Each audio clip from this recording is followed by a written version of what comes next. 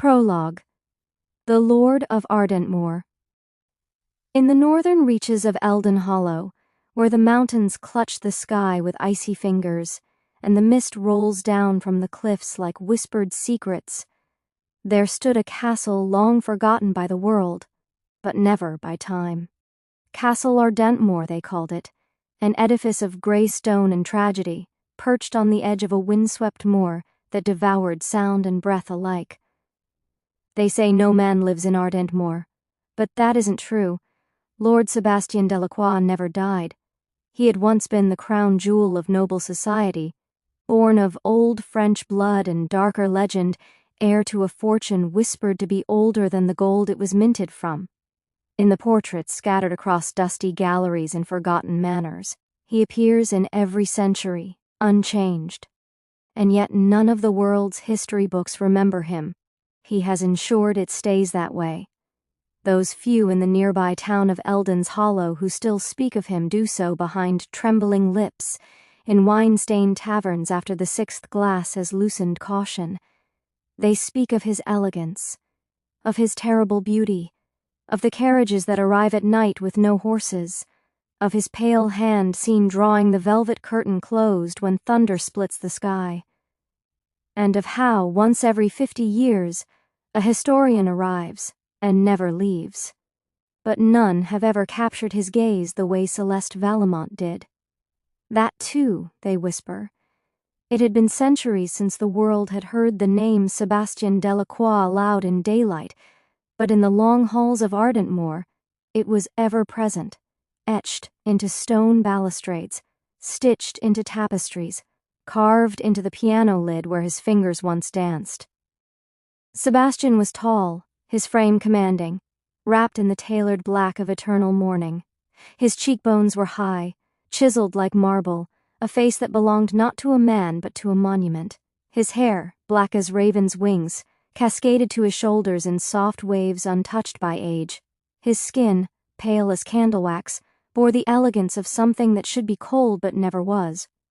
His eyes were the most striking, storm gray, with rings of silver around the iris, eyes that had seen fire, famine, war, and weddings that never happened. The eyes of a lover, a scholar, and a killer, all at once. He did not breathe. He did not blink unless he willed it. And he never loved again. Not after Celeste. Celeste, his bride-to-be, had been taken from him in a pool of crimson and crushed lilacs on the eve of their wedding. He had buried her with trembling hands beneath the moor, where no sunlight would find her, and the lilies never died. He had stood over her grave until his skin blistered under a dawn he thought might finally kill him. But it didn't, and so he waited. Ardentmore itself was a living crypt. Its towers rose like teeth into the sky, biting through clouds that never drifted too far. The windows, tall and sharp, were stained with reds and blues, casting jeweled shadows across stone corridors. The castle had been built not for comfort, but for awe. Every corridor echoed with the ghosts of ballads and footsteps and silk sweeping the floor. The east wing had been sealed the night Celeste died. No one, mortal or otherwise, had entered it since. The townsfolk said the castle was abandoned, but that was a lie they told themselves. Lord Delacroix still owned half the town. The deeds had never changed hands. The cobbled streets of Eldon's Hollow bore his family crest, the thorned rose and the crescent moon.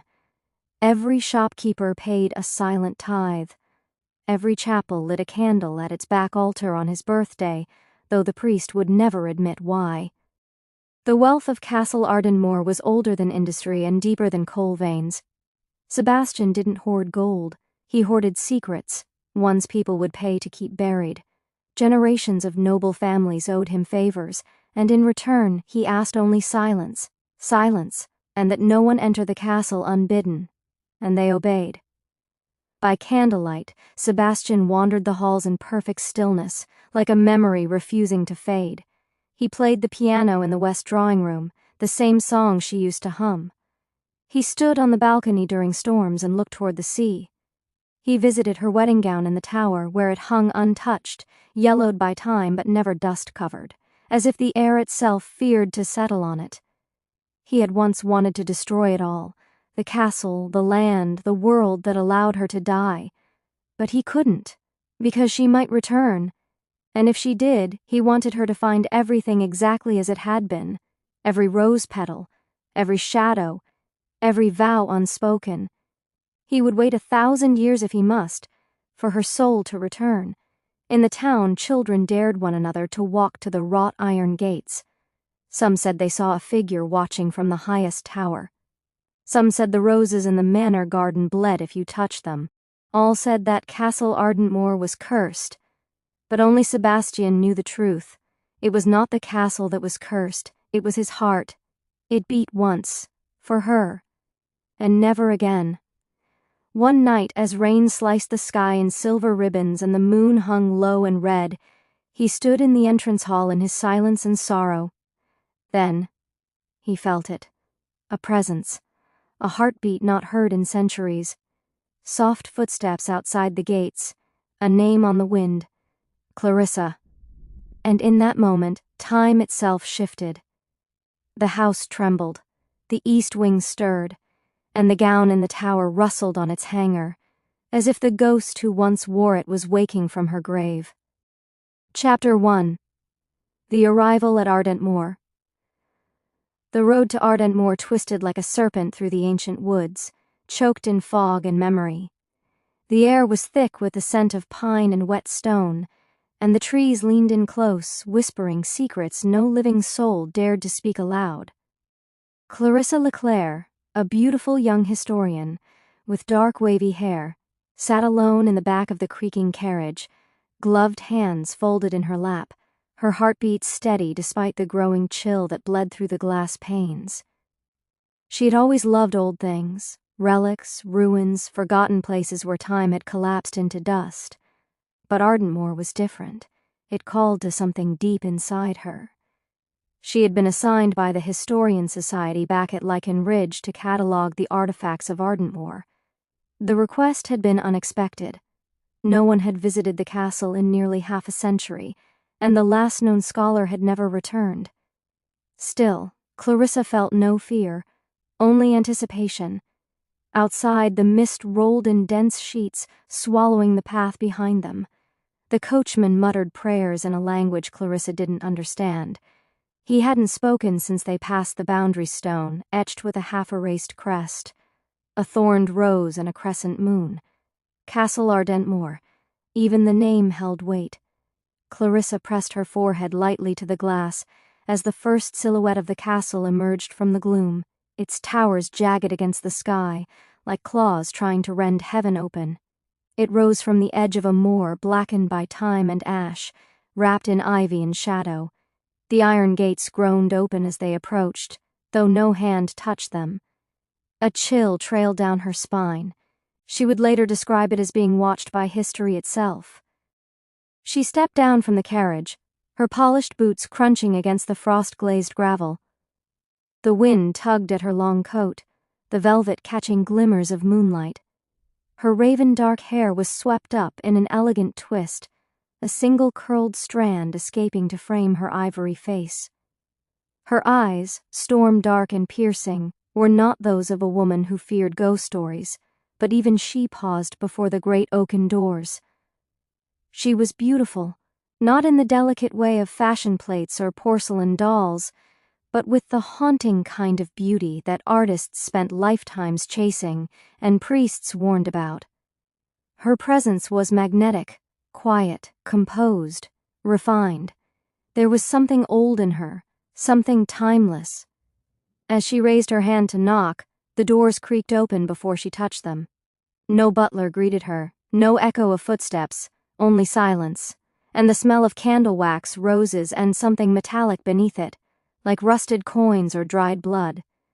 The entrance hall was vast and cold. Vaulted ceilings stretched impossibly high, disappearing into darkness. Chandeliers hung like frozen constellations above her, and portraits lined the walls, men and women with piercing eyes, all bearing some family resemblance. They watched her with knowing gazes as she stepped inside, her boots quiet against the marble. A fire burned low in the distant hearth, though she saw no one tending it. Her suitcase had already vanished from the doorstep. She called out, politely at first. "Hello? I'm Clarissa Leclair. I'm a historian sent by the Historical Society of Lichen Ridge for the Artifacts Catalog." Her voice echoed once, then silence. She ventured deeper into the great hall. The air grew cooler. Somewhere, faintly, she heard piano notes. Slow, deliberate, aching. A nocturne. She turned toward the sound, drawn like a moth. Through a long corridor veiled in shadow, she followed the music until she reached the west drawing room. She opened the door without thinking. He was there. Sitting at a grand piano carved from blackwood, his fingers drifting across the keys with elegance. He did not stop playing as she entered. The man at the piano wore black from neck to boot, his coat long and tailored to a figure impossibly straight.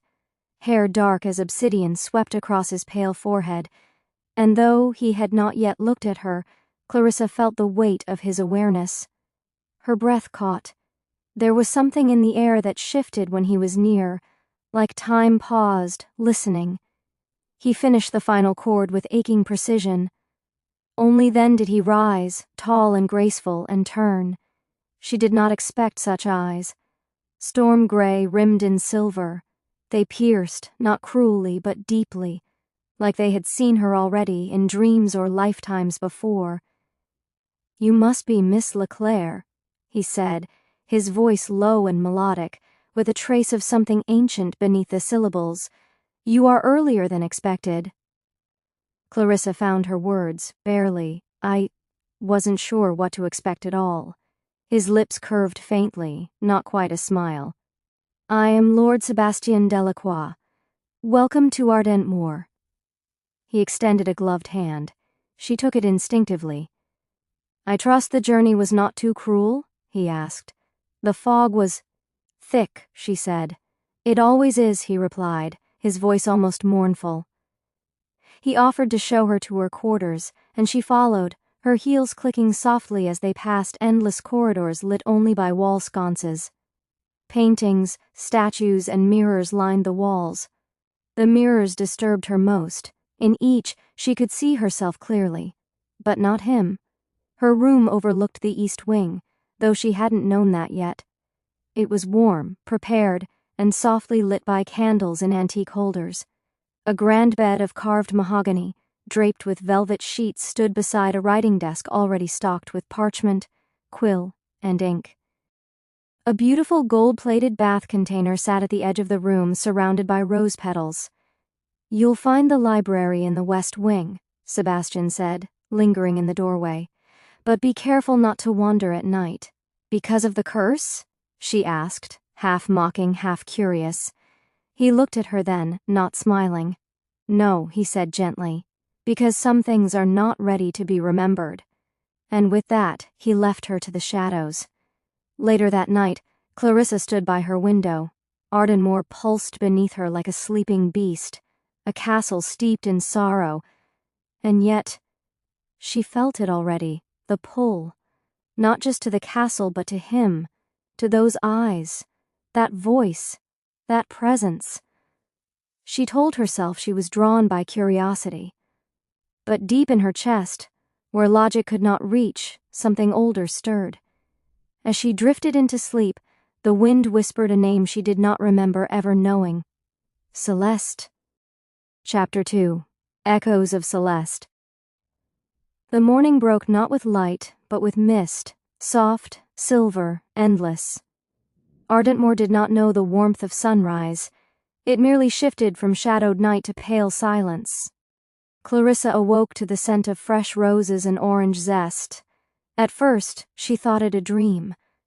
But then her eyes opened and the truth of her surroundings returned, the crimson canopy of her bed, the velvet drapes that brushed the floor, the cold draft that slipped through the ancient window frames, and the knock at the door. 3 soft, deliberate taps.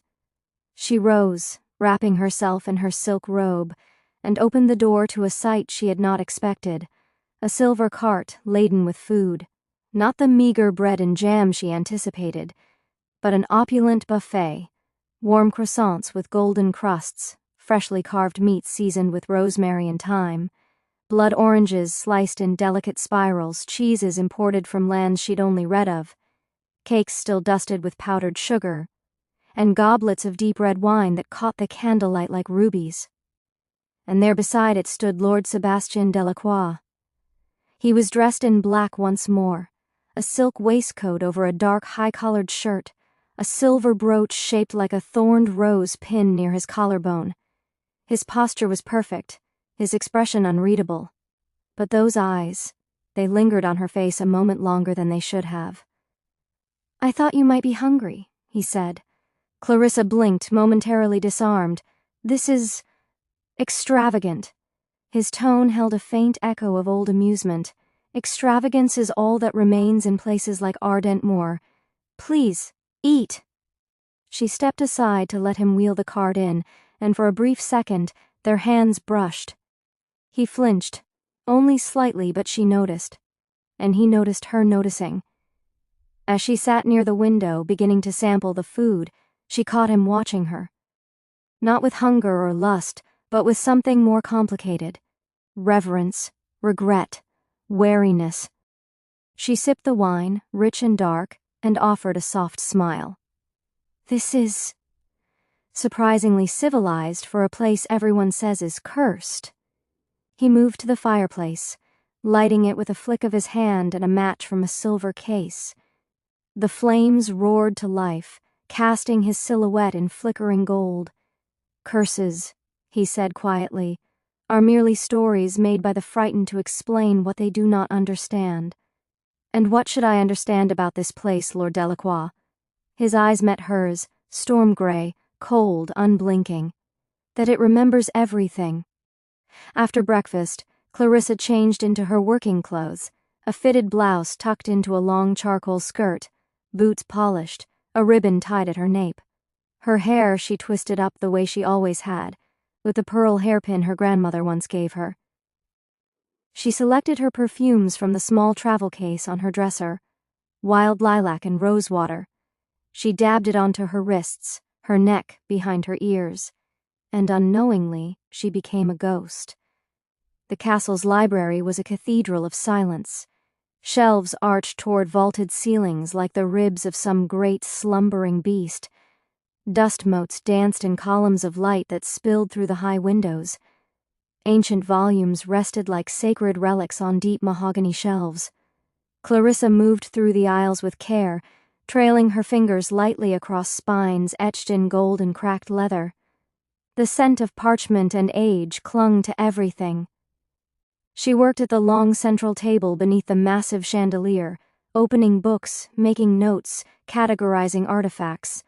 The light flickered as the sun attempted to pierce the mist, failing to warm the chilled stone, yet Clarissa remained absorbed. Above, on the second-floor landing, Sebastian watched from the shadows like a revenant. She was humming. Softly, absent-mindedly, a lilting melody. His breath caught. Celeste's melody. The very same tune she'd hum in the gardens. The tune she used to calm herself. The tune he had heard her sing the night before their wedding, when the moon was full and the rose garden bloomed crimson. And now Clarissa sang it, unaware of its meaning. He turned away, vanishing into the gloom. Hours passed.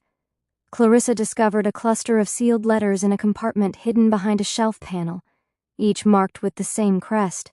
She lifted the first one, the wax seal breaking under her fingers.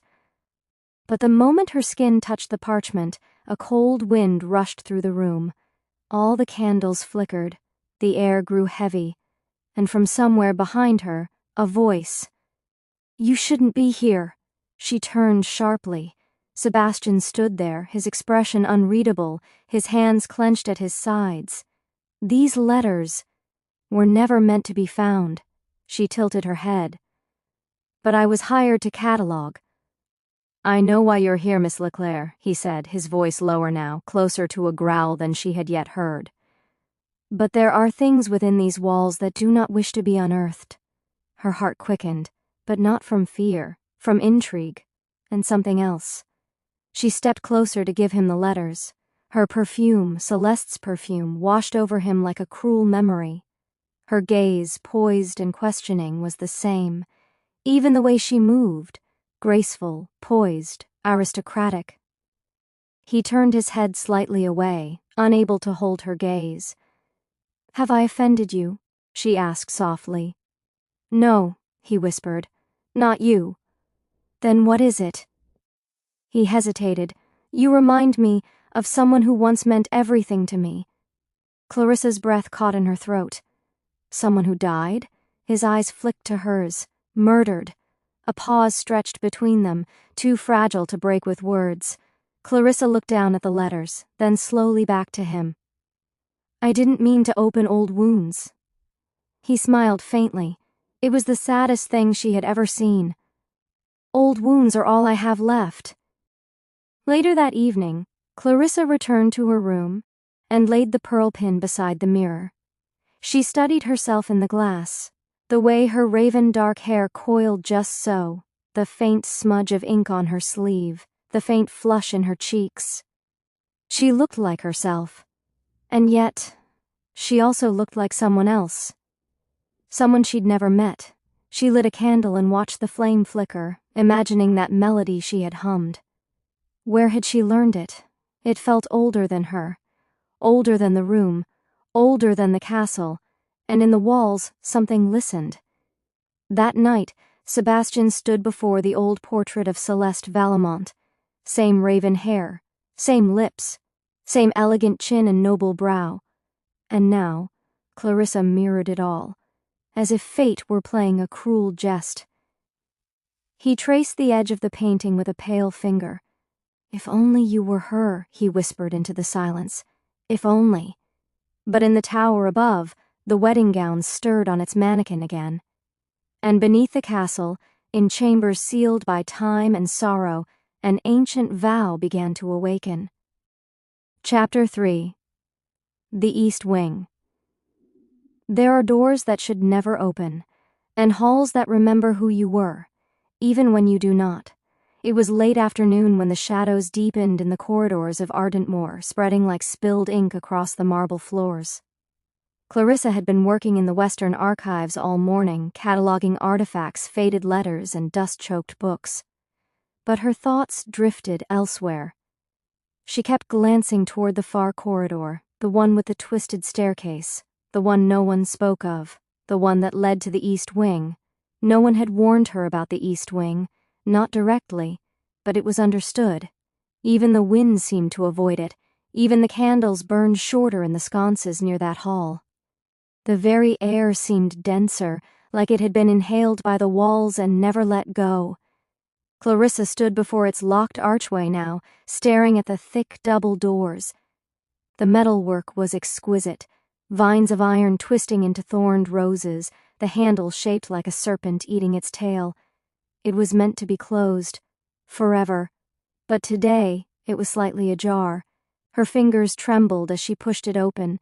The air that greeted her was cold and dry, scented with moth-eaten lace, rotting wood, and dried lavender. Moonlight filtered through stained-glass windows long coated in grime. The silence was deeper here, not empty, but watching.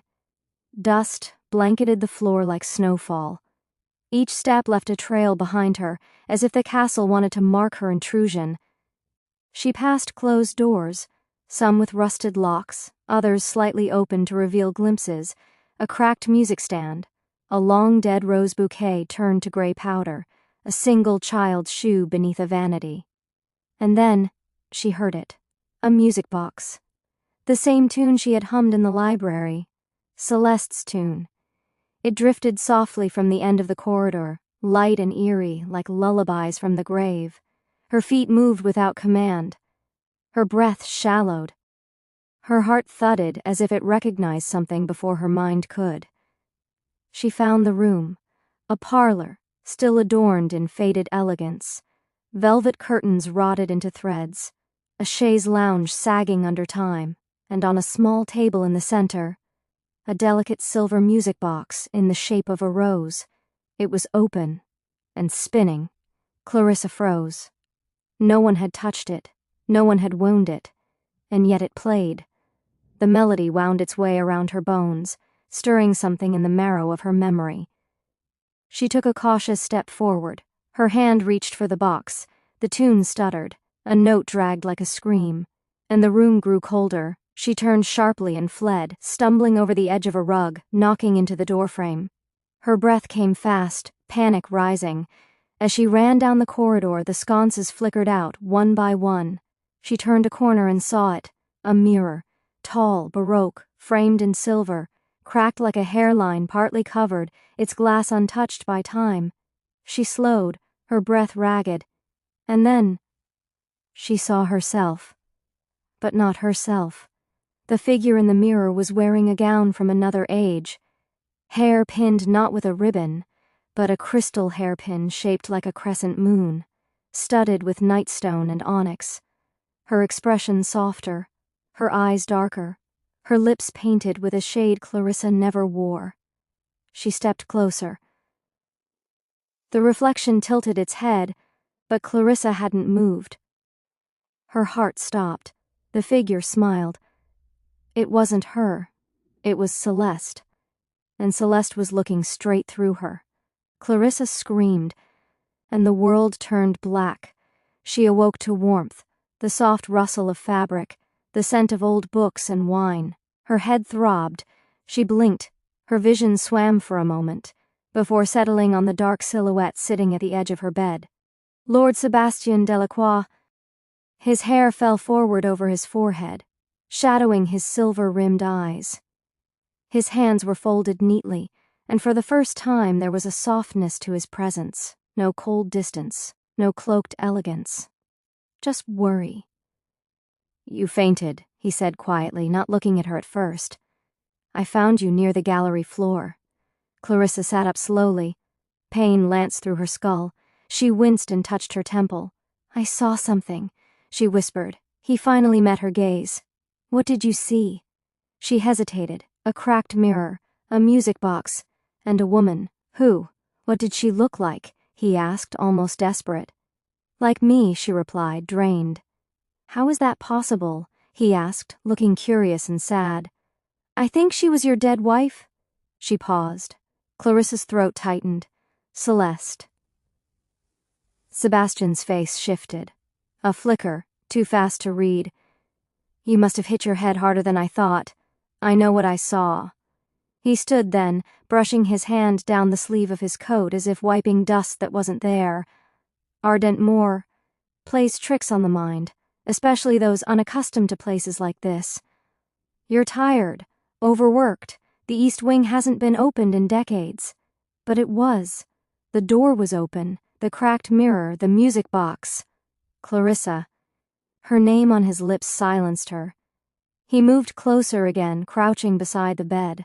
For a long moment he said nothing, just looked at her, as if memorizing every line of her face. "There are memories in these walls," he said, "some real, some imagined. It's easy to lose the line between the two."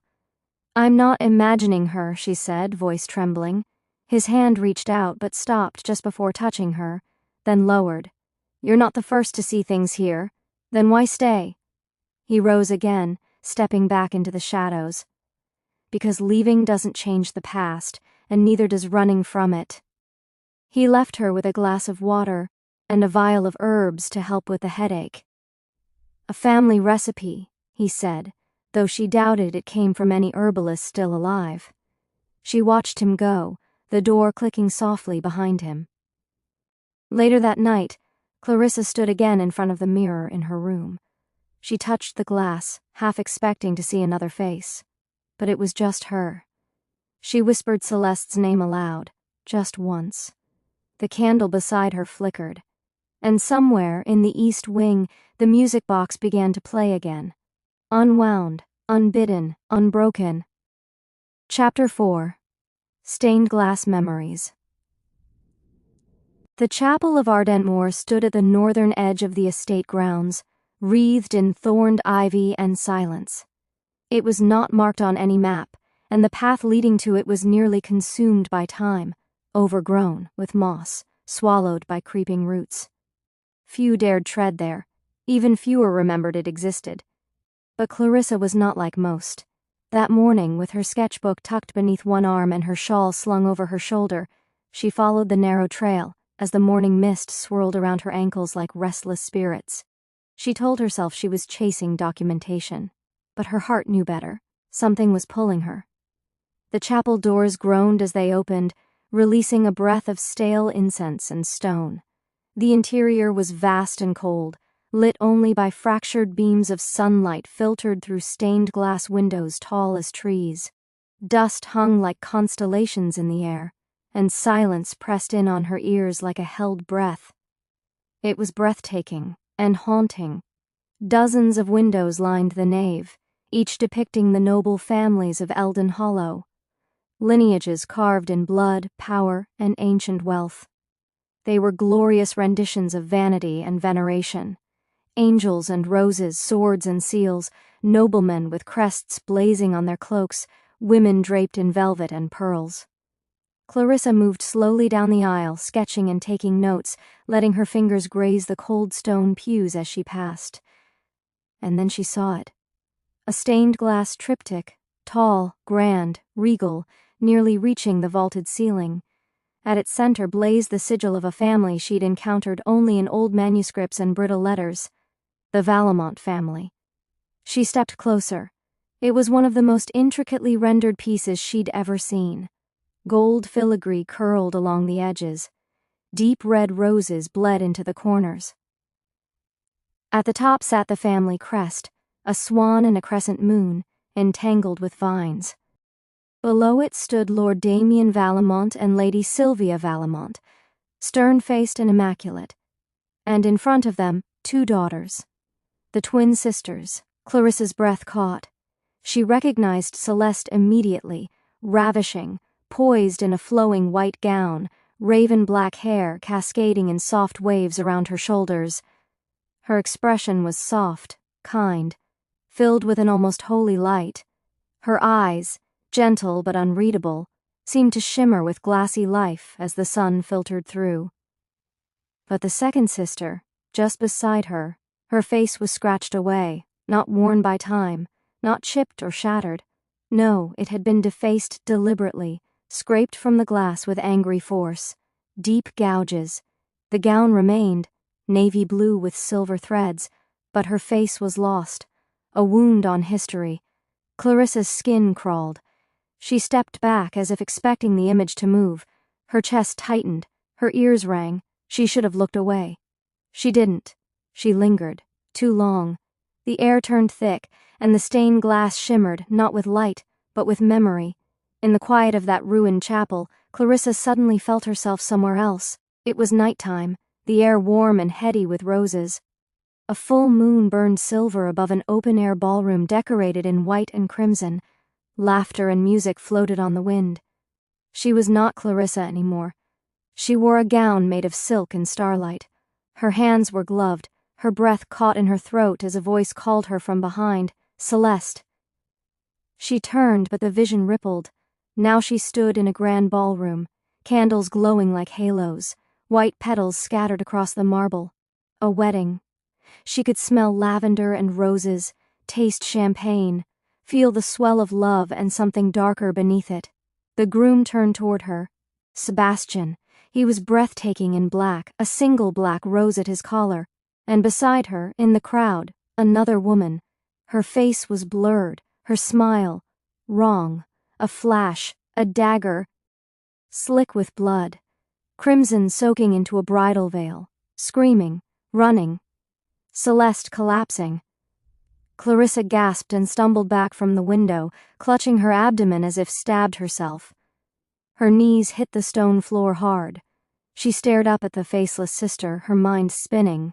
The memory wasn't hers.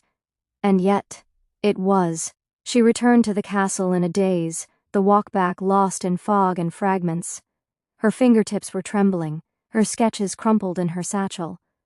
When she entered the grand hall, Sebastian was standing at the hearth, wineglass in hand.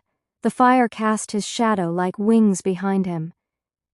"You've been gone long," he said without turning. "I was at the chapel," she said softly, swallowing the knot in her throat. "The stained glass," he murmured. "You saw the Valamont piece." She stepped forward slowly. "Why is one of the faces scratched out?" He did not answer, so she asked again. "Who was she?" This time he looked at her. His expression was unreadable. His eyes, storm-gray and weary, carried the weight of an eternity he no longer wanted. "Someone," he said, "who was supposed to be forgotten." That night Clarissa could not sleep. The dream returned again, but this time she saw more. She stood in a candlelit dressing room, staring at a mirror. She was not herself. Her lips were painted wine red, her hands trembled, and she held something, a dagger. She whispered a name, Celeste, and plunged the blade into white. Clarissa woke gasping, drenched in sweat. Chapter 5. The First Relic. On her 7th day within the vast crumbling halls of Castle Ardentmoor, Clarissa Leclair moved like a respectful guest through someone else's memory.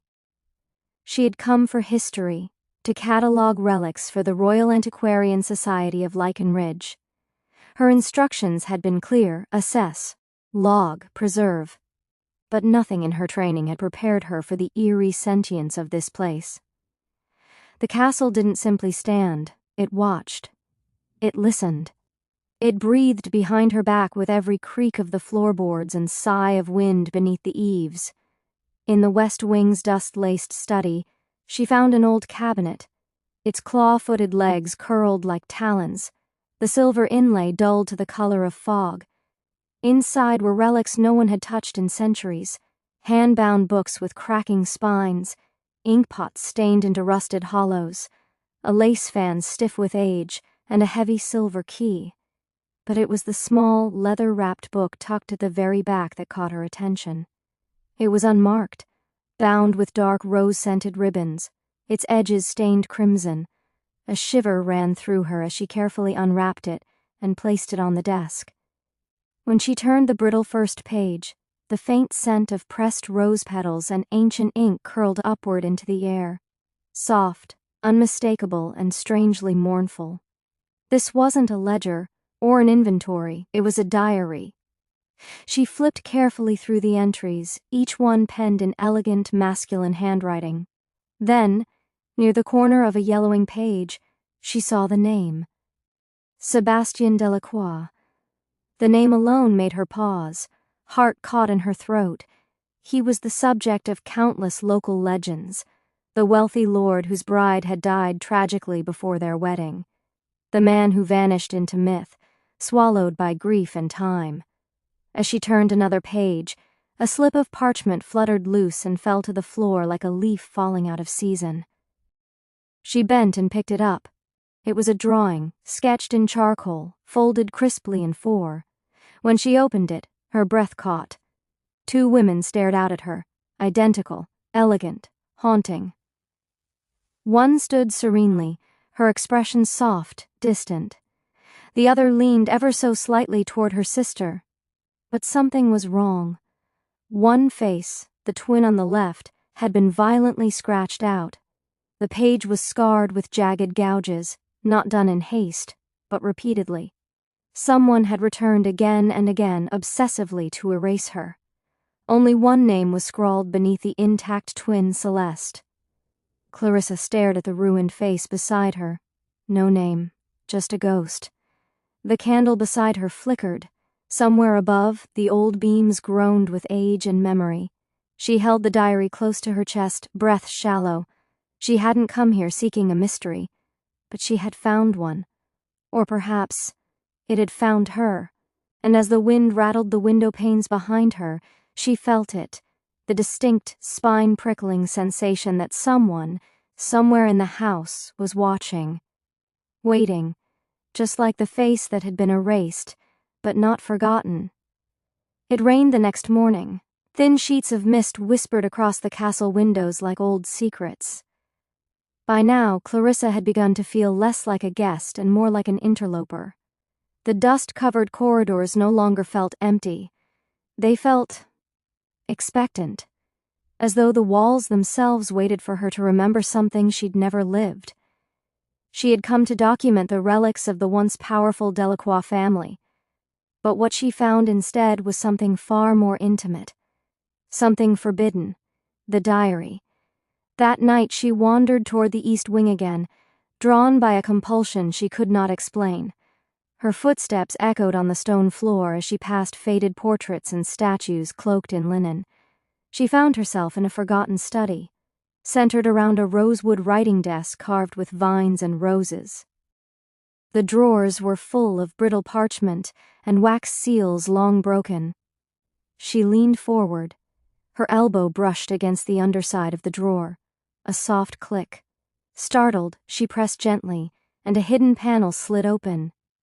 Inside was another book. Dusty, untitled, bound in faded velvet ribbon. A second diary. Sebastian's private thoughts. She brought out the first diary and laid both before her. Clarissa lit a candle and sat slowly in the velvet chair, pulse fluttering. She opened the diary. The first diary's entries were mundane. Notes about vineyard trades, wines from the southern provinces, renovations to the conservatory. Then she opened the second diary. A name surfaced alone on the page. Claire Vallemont. Her breath caught. She came again today, wandering the garden as if the roses whispered to her. I do not know her name, only that she returns without fear. There is something peculiar about her. A quiet sharpness, a mind that questions. A wit I did not expect. She smiles as though she hides stories behind her teeth. She reminds me of a bird pressed too long in a cage. Clarissa turned the page slowly. More notes on Claire followed. Her strange affection for odd poetry, her habit of humming when she touched, the white roses, her endless curiosity.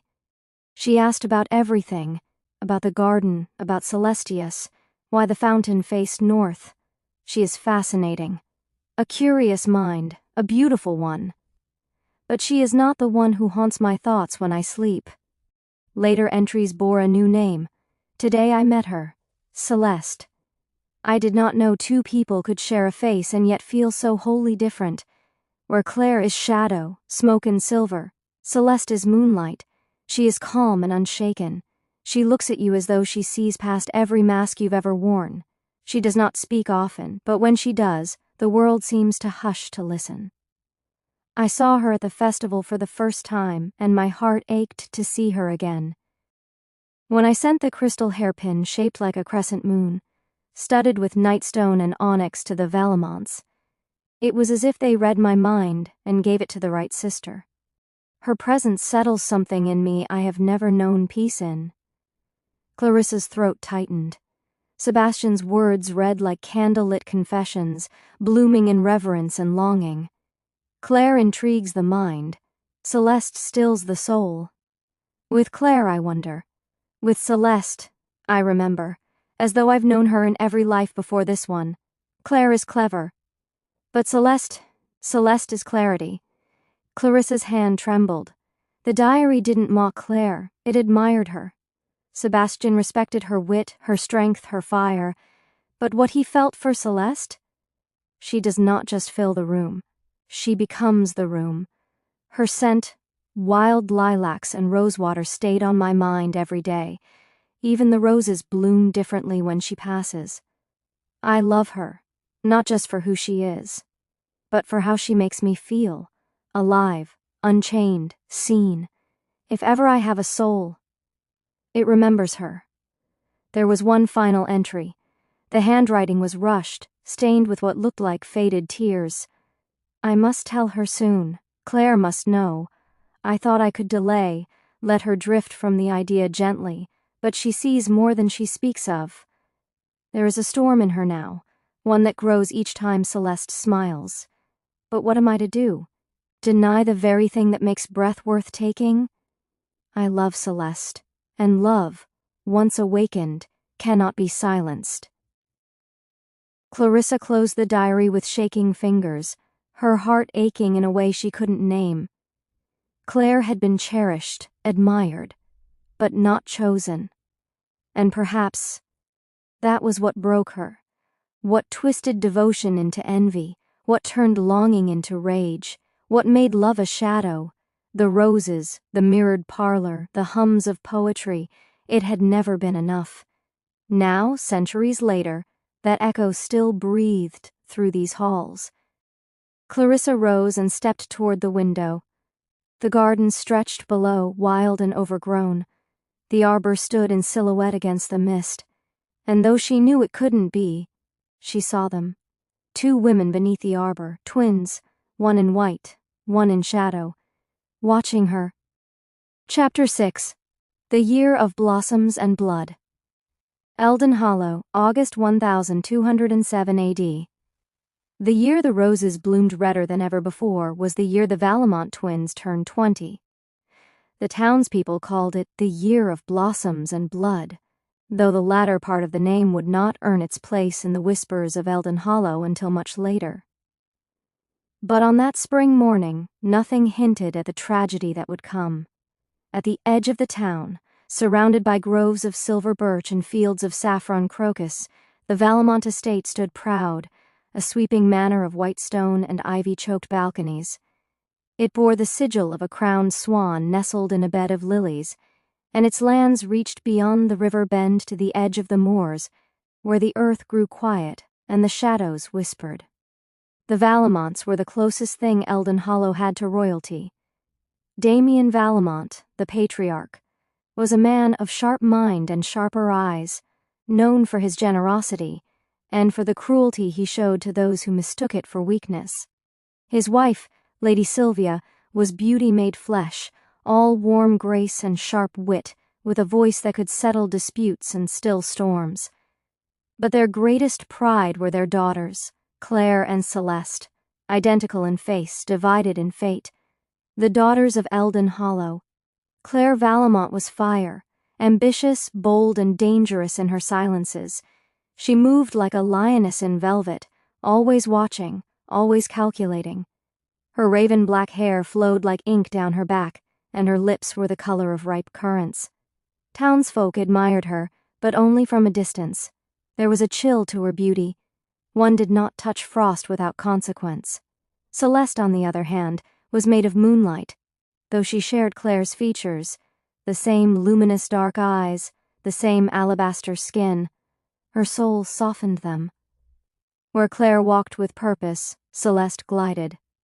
Where Claire examined, Celeste embraced. Her laugh was rare but unforgettable, light as wind chimes and just as lingering. She would tuck wildflowers behind her ear and hum lullabies learned from their nursemaid, songs no one else remembered. Every eligible bachelor in Eldon Hollow, from polished noble heirs to the sons of lesser lords, dreamt of marrying a Valemont daughter, and nearly all dreamed of Celeste. Spring festival, the turning of fate. The sun shone golden across the market square as the spring festival began. Streamers of green and violet ribbon fluttered between wooden beams, and the scent of honeyed almonds mingled with smoke from roasting game. Minstrels played at every corner, and girls twirled in floral skirts as merchants peddled silver trinkets, wool cloaks, and love charms carved from rosewood. The Valemonts arrived in a lacquered carriage drawn by white stallions. A hush fell across the crowd. When Celeste stepped down, a collective breath was held. She wore a gown of dove-gray silk, the bodice adorned with tiny embroidered stars that shimmered when she moved. Her dark hair was pinned loosely, a few tendrils brushing her collarbones. Her lips curled into a soft smile as she helped a small girl who tripped in the crowd, lifting her with the gentlest of touches.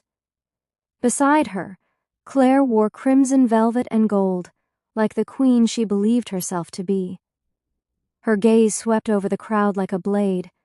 They were the town's twin suns, one a sunrise, the other a dying star. It was then, as Celeste turned to greet a local merchant with a kind word, that she felt it, a shift in the air, like the moment before a storm breaks.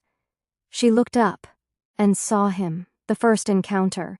He stood at the edge of the crowd, half-veiled in shadow cast by the clock tower's arch, tall, composed, with dark hair tied loosely at his nape, and a posture so regal it seemed the very ground bent toward him. He wore a coat of deepest black, and yet it bore no dust or thread, as if the wind had chosen not to touch him. His face was as still as carved alabaster, elegant, angular, and cold. But it was his eyes that struck her, pale gray, almost silver, like storm clouds over moonlit water. He did not bow, he did not smile. He only watched. For a heartbeat, Celeste could not look away. And in that moment, the festival faded around her. The music stilled, the voices hushed. All she saw was him, and all she felt was something awakening in the marrow of her bones. "Who is he?" Celeste whispered to her sister as they stepped away. Claire followed her gaze, eyes narrowing. "He's not from here. He doesn't bow. That's arrogance." But Claire had felt it too, the pull, that unnatural stillness about him. An hour later, the mayor introduced him. "Lord Sebastian Delacroix," the man had said, barely hiding his own discomfort. "Recently arrived to settle affairs on the northern estate, Castle Ardentmoor." A tremor ran through the crowd. Ardentmoor, the grand estate, the one that had been sealed for generations, a gift from the dark. That evening, as twilight painted the world in deep lavender and gold, a package arrived at the Valamont estate. No messenger was seen. No seal marked the parcel. Inside lay a single black velvet box, and within it, a crystal hairpin shaped like a crescent moon, studded with nightstone and onyx. No note, no explanation. But when Celeste touched it, she felt warmth, not cold. She pinned it in her hair that very night. Claire watched her sister from the balcony, her fingers curled tight around the railing. That pin should have been hers. But Celeste was the golden child, the beginning of obsession.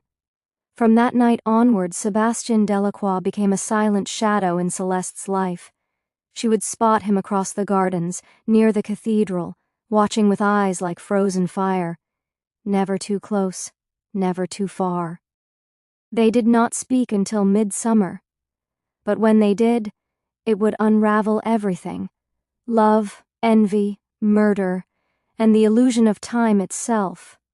But for now, in the spring of that fateful year, Celeste only knew the stirrings of something beautiful and damning, and Claire, who had once been her mirror, became her opposite. The moon split in two, and neither would survive the eclipse. Chapter 7. The Garden of Mirrors. It was easy to mistake Claire Valamont for a gentle soul. She wore her smiles like lace, soft and delicate, crafted carefully for the eyes that watched her. Her laughter echoed sweetly down marble halls. Her posture was impeccable, her manners flawless. But behind her pale gray eyes, something quiet stirred, sharp, clever, and waiting. Unlike her sister, Claire hated being seen. She preferred shadows, secrets, the places where voices softened and petals fell unnoticed, and no place in the world suited her better than Castle Ardentmoor. A garden cloaked in silence. The people of Eldon Hollow feared the moor. They feared the thick creeping fog that rolled in at dusk. They feared the black iron gates wrapped in thorned ivy and the silhouette of the castle that loomed behind them, like a sleeping beast carved from stone. But Claire loved it. She had wandered there first by accident, or so she claimed. It was just after the spring festival, the sky bruised with storm clouds, her silk slippers soaked from dew. She had slipped away from the manor during an argument about courtships, her father praising a duke's eldest son, her mother dreaming of an alliance with the Riverhold estate. They spoke of her future like she was a coin to be traded. So she left, through forest paths and into the open moor, until the fog cleared and Ardentmore rose before her. The castle was half swallowed in vines. Moss ran up its spine like veins. But it wasn't dead, not to her. The roses were in bloom. Claire stared, breath caught, as rows upon rows of roses stretched through the garden beyond the gates. Red, white, black, lavender, the colors too vivid, too impossible for the season. She reached between the rusted bars and touched one. It did not bleed, as the stories claimed. It smelled of summer rain and something older, like memory. The next morning she returned, and the next, she never brought a chaperone. Never told Celeste at first. She didn't want to share the beauty she'd found, the secret world where she didn't have to pretend to be a perfect daughter or a lesser twin. She'd watch the wind tease the roses. She'd sit beneath the silver trees and sketch petals in a journal she never let anyone read. And slowly, the castle began to watch her back. The first meeting. It was her 4th visit when she saw him. She was kneeling in the garden's heart, where the white roses clustered like ghosts. A gentle breeze stirred the petals, and her hands were stained with green from brushing the leaves aside. "You favor the wild ones, I see." The voice came from behind her, low, refined, ancient. Claire turned slowly. There, beneath the wrought iron arbor where the night-blooming roses grew, stood Lord Sebastian Delacroix. The black coat, the moonstone cravat, the impossible stillness. Claire did not flinch. She stood. "I like them because they don't try to be perfect," she said calmly, brushing her skirts. "They grow where they please, bloom when they want." Sebastian tilted his head. "That's a rare answer." She smiled. "You must hear many." "I hear lies," he said, "or longing, or fear. Do I seem afraid?" His gaze lingered on her face. Something shifted in his expression. "No, you seem curious." Claire glanced away, feigning disinterest, though her heart pounded. "Curiosity is better than cowardice." Sebastian nodded once, then extended a gloved hand. "Come," he said. "If you like the gardens, I'll show you the heart of them." She took his hand without hesitation, and he led her deeper into the maze of marble paths and vine-draped trellises. The garden's heart. The inner garden was hidden behind high hedgerows and carved stone lions. It opened like a secret page, roses climbing around a still fountain, whose basin held moonlight even at noon. Claire gasped. The roses there were not of this world. Pale blue, like sky trapped in frost.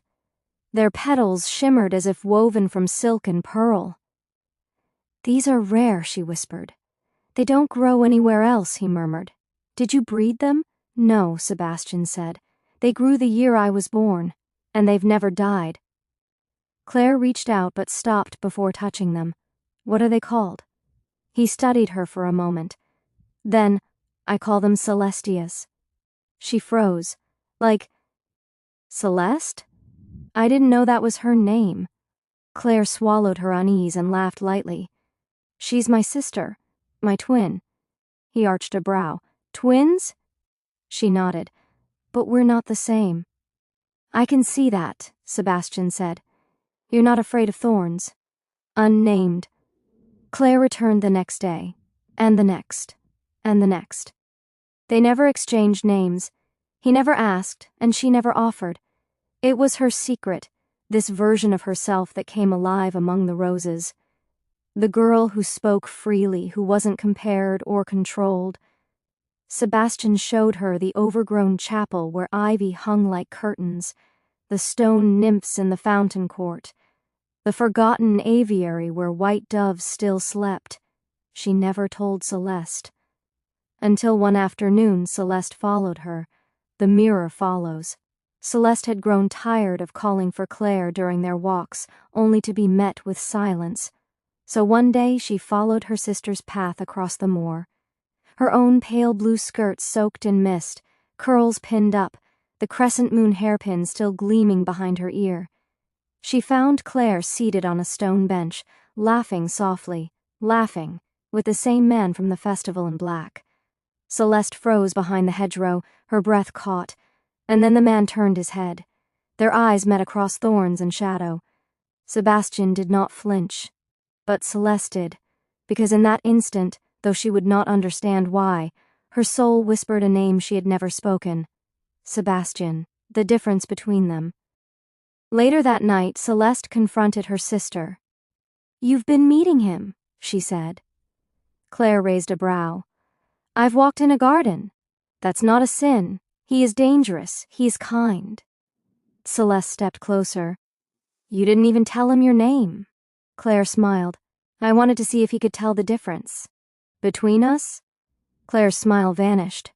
Yes, she said, and I think he can. Celeste stared at her sister, at her shadowed eyes, at the cold pride in her voice. She said nothing more, but that night she dreamed of roses weeping red, and a man with storm-colored eyes who stood between two mirrors, seeds of fate. Ardentmore kept its secrets well, but its walls had begun to remember. Footsteps echoed at midnight in the east corridor. The fountain ran red for an hour before dawn, and in the garden's heart where the Celestia roses bloomed unnaturally, a single petal fell, though no wind blew. A soul had stirred, and fate had begun its slow descent toward ruin. Chapter 8. The first conversation. A wind over the moors. The wind that morning rolled low and slow across the moors, heavy with fog and the scent of damp earth. Clouds stitched the sky with silver threads, and the roses in the gardens of Ardentmore hung heavy on their stems, as if they too were waiting for something. A storm not of rain but of hearts. Within the halls of Castle Ardentmoor, Lord Sebastian Delacroix stood alone in the drawing room, gloved hands resting on the edge of a marble balcony. The air was still, but something beneath it stirred, like the whisper of memory. He had not slept. He rarely did. But something in the morning's quiet made his chest tighten, not with fear nor hunger, but with anticipation. For weeks now the quiet girl had come and gone, mysterious, raven-haired, curious without being foolish. She had wandered his gardens as if they were her own, yet never once spoken her name. She had amused him, intrigued him, but not moved him, not until today. Celeste among the roses. Celeste Valmont had risen early that morning, her sleep disturbed by strange dreams. Dreams of roses falling like snow and a dark figure whose eyes gleamed like moonlight over black water. She woke breathless, the memory of his gaze clinging to her. The manor was still sleeping. Claire's door was closed, and the silence of the corridors felt oppressive, strained. Drawn by instinct, not reason, Celeste slipped on a simple pale blue cloak and walked into the mist. The moors were hushed, the grass wet beneath her steps. Birds watched from branches without song. She passed through the iron gates of Ardentmore without hesitation. She followed the same winding path her sister had claimed as hers, unaware of how often Claire had walked it. And there, standing beside the silent fountain, was Lord Sebastian. He stood with his back to her, posture as regal as a statue. He did not turn. "You're not her," he said. Celeste paused, startled. "No," she said softly. "I am her sister." Only then did he turn. His eyes found hers with a startling swiftness, not with suspicion, but with recognition. And without smiling, he said, "Of course you are. 2 mirrors, 1 soul." He regarded her with a silence so full it felt like a conversation. The birds, the roses, the wind, all stilled. Something shifted between them, a recognition not of body, but of soul. Celeste stepped into the garden, past the rows of blooming roses. "She told me nothing of you," she said. "She has told me nothing at all," he replied. "But she enjoys roses. I imagine many girls do. Not like she does," he said. "But you look at them as if they remember you." Her breath hitched. Perhaps they do. The conversation. They walked slowly, weaving between hedge walls and stone fountains. Their words flowed like a gentle stream. He asked if she believed in fate. She said she didn't know. He asked if she played music. She admitted to humming lullabies she couldn't quite place. "There is something ancient in your voice," he murmured. "Not old, eternal," Celeste laughed, brushing her hand along a rose bush. "You speak in riddles. Truths often sound like riddles." He watched her as though trying to remember her from a forgotten dream. She listened as though trying not to fall into one. When they passed beneath a marble arch where ivy hung like curtains, he paused. "Do you know the name of these roses?" he asked. She looked up. "Celestia?" he answered for her. "They bloomed the year I was born. They've never wilted." She touched a petal. It trembled beneath her fingers. From the shadows. Unseen, Claire stood beneath a stone arch at the garden's edge. She had come early, expecting to find Sebastian alone, expecting to continue their ritual of quiet companionship. But she saw Celeste. And she saw something she had never seen before in Sebastian's face. Warmth. His expression changed with Celeste. He leaned in when she spoke. He listened not with curiosity, but with reverence. Claire gripped the iron trellis, not feeling the thorn that pierced her palm. It should have been her. The return. That evening, the Valemont estate was quiet. Dinner had passed with brittle conversation.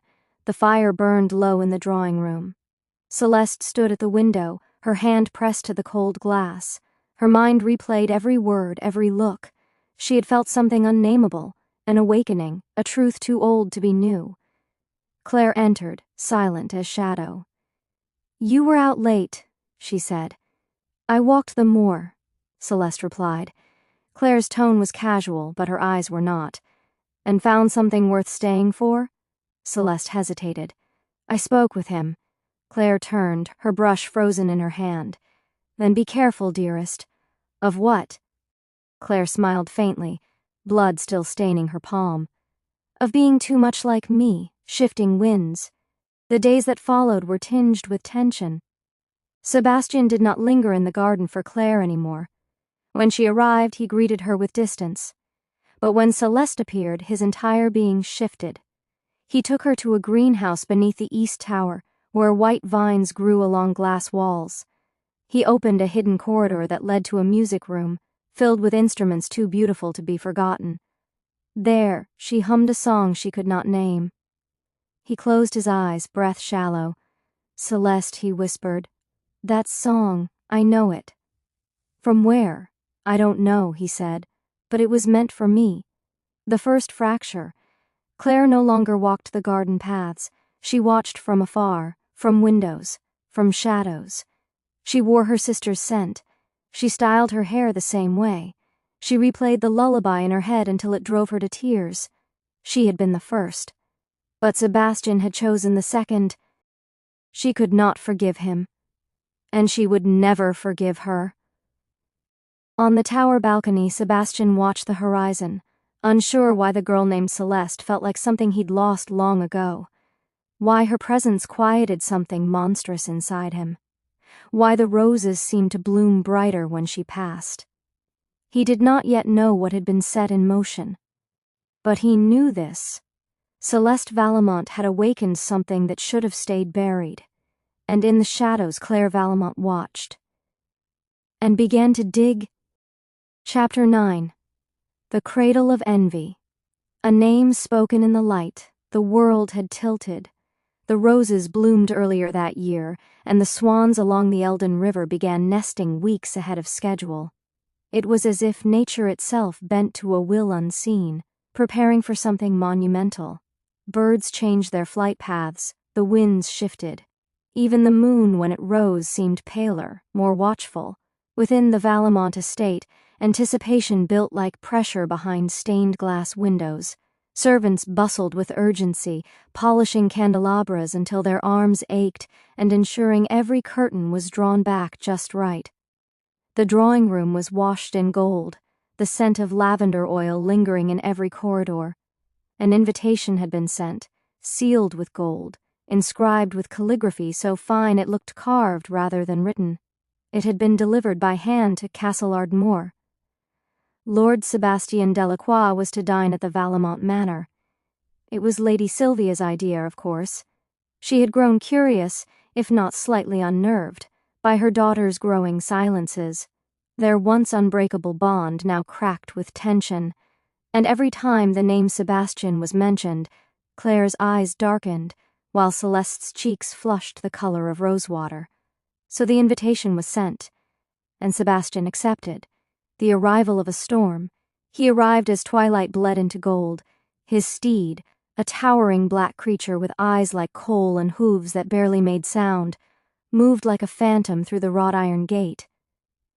Sebastian wore a coat of deep velvet that shimmered faintly when he turned, and his gloved hands bore rings older than the founding of the empire.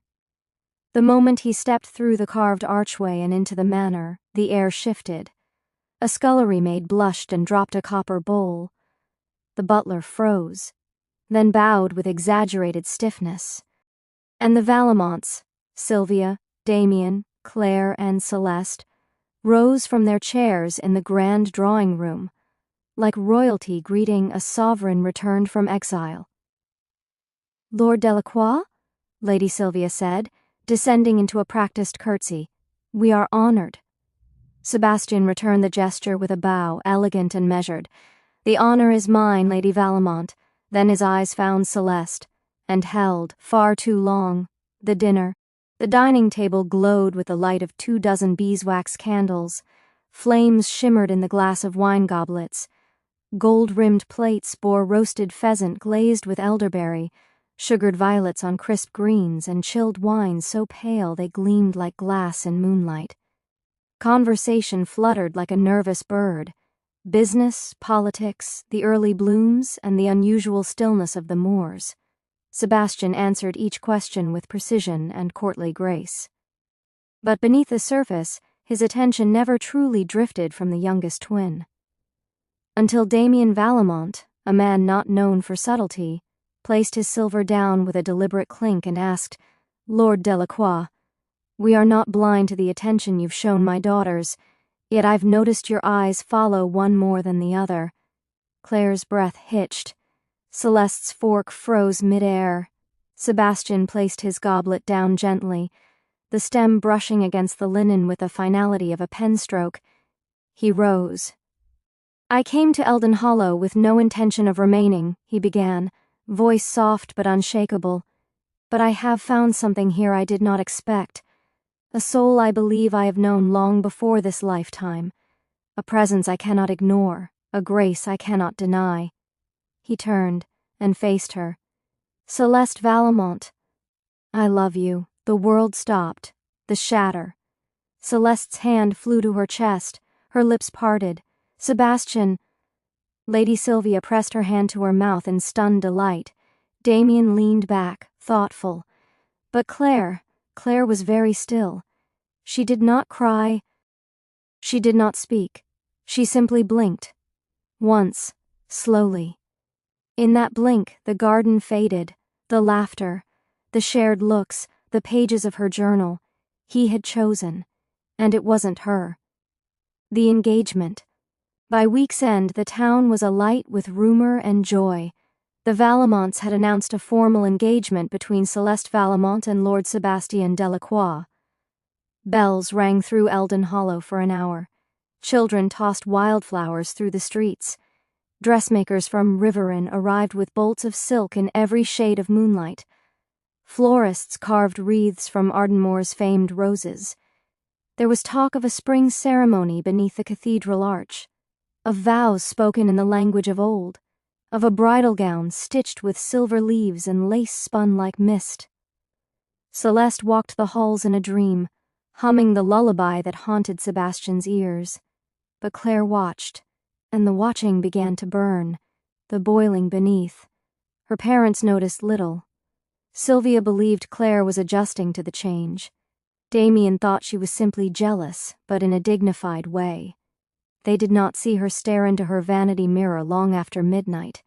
They did not hear her whisper Celeste's lullaby like a spell, over and over. They did not see the way her fingers trembled when she brushed her hair until her scalp bled, or the list she kept in her drawer. A parchment scrap, covered in ink smudges, a list of every person who had ever said, "Celeste is softer, Celeste is kinder, Celeste is beautiful." It grew longer by the day, a conversation in the tower. A week before the ceremony, Claire entered the tower room. Celeste sat bathed in golden light, sewing pearl beads into the bodice of her gown. "You love him, don't you?" Claire asked, voice light. Celeste looked up, startled. "Yes, I think I've always loved him, even before I met him. Isn't that strange?" Claire smiled, but her eyes didn't. "Not strange," she said. "Just unfortunate." Celeste blinked. "Why?" Because some things that seem destined, Claire whispered, stepping closer, were meant for others.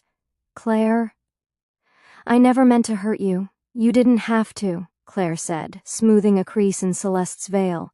You just had to exist. And then she left. Her footsteps on the tower stairs echoed like the striking of bells. He was mine, he was mine, he was mine. A love declared, a curse awakened. That night Sebastian wrote in his diary, "There is something about her, Celeste, something impossible to name. She is not merely beautiful, she is haunting, familiar, sacred, as if loving her is something I was always meant to do." He closed the diary with a sigh.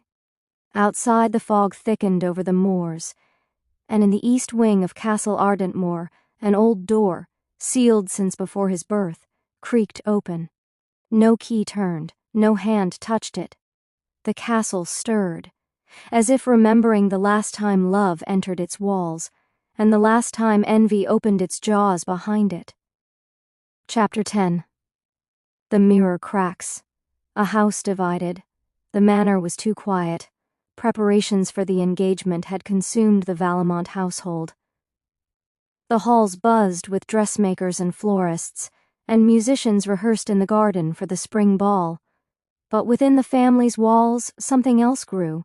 Not joy, but tension. A quiet that wasn't peace. It was the silence between two sisters who now passed each other like ghosts. For days, Claire said nothing. She moved like clockwork, measured, composed, unreadable. Her face remained an elegant mask. Her footsteps echoed alone. But in her chest her heart burned like hot coals, and in her throat her words had begun to rot into bitterness. Every room Celeste entered seemed to steal the air, every laugh, every blush, every glance exchanged with Sebastian tightening the invisible strings around Claire's ribs.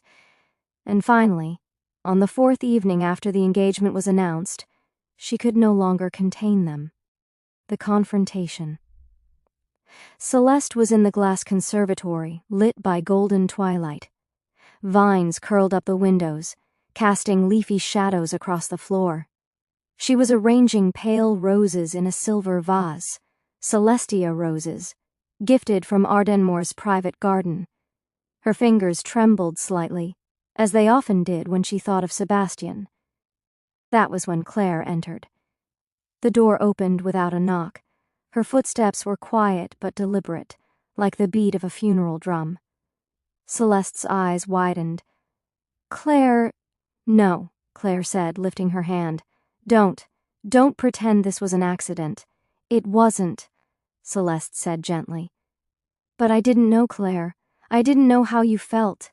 You never said, 'Because I didn't think I had to,'" Claire cried, her voice rising, cracking. "I found him. I walked the moors. I wandered the gardens. I was the first to speak to him, the first to see the beauty in that cursed place. He showed me the Celestia roses." Celeste's heart ached.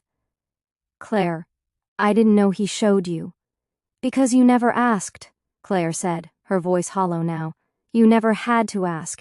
You just exist. You walk into a room and the world stops. Do you know what it's like to live your entire life being looked at second? To be your reflection?" Celeste flinched. Claire's voice dropped, bitter and broken. "Since the moment we were born, you've had everything. Our mother's first embrace, father's proudest smile, the town's admiration. Even the lullaby was sung for you first." "Claire," Celeste whispered, tears rising. "That's not true." "Then let me have this," Claire said, stepping closer. "Just this one thing. Just once, let me be the first. Let me be loved. Let me have him. The refusal." Celeste looked at her sister, really looked at her, not the composed perfect version that Eldon Hollow saw, but the raw ache beneath her skin, the cracks, the pain, and for a moment her heart broke. But then, quietly, with sorrow in her voice, she said, "I can't." Claire's eyes filled with disbelief. "What? I can't give him up, Claire," Celeste whispered. "Not for you, not for anyone." Claire's breath caught in her throat. Celeste stepped forward, trembling. "Because I love him too. And not just in the way we dream of romance. I feel him, in my blood, in my soul. When he speaks, it's like I remember a life I never lived. When he touches my hand, it's like I finally wake up. Claire's face fell into something fragile, something hollow.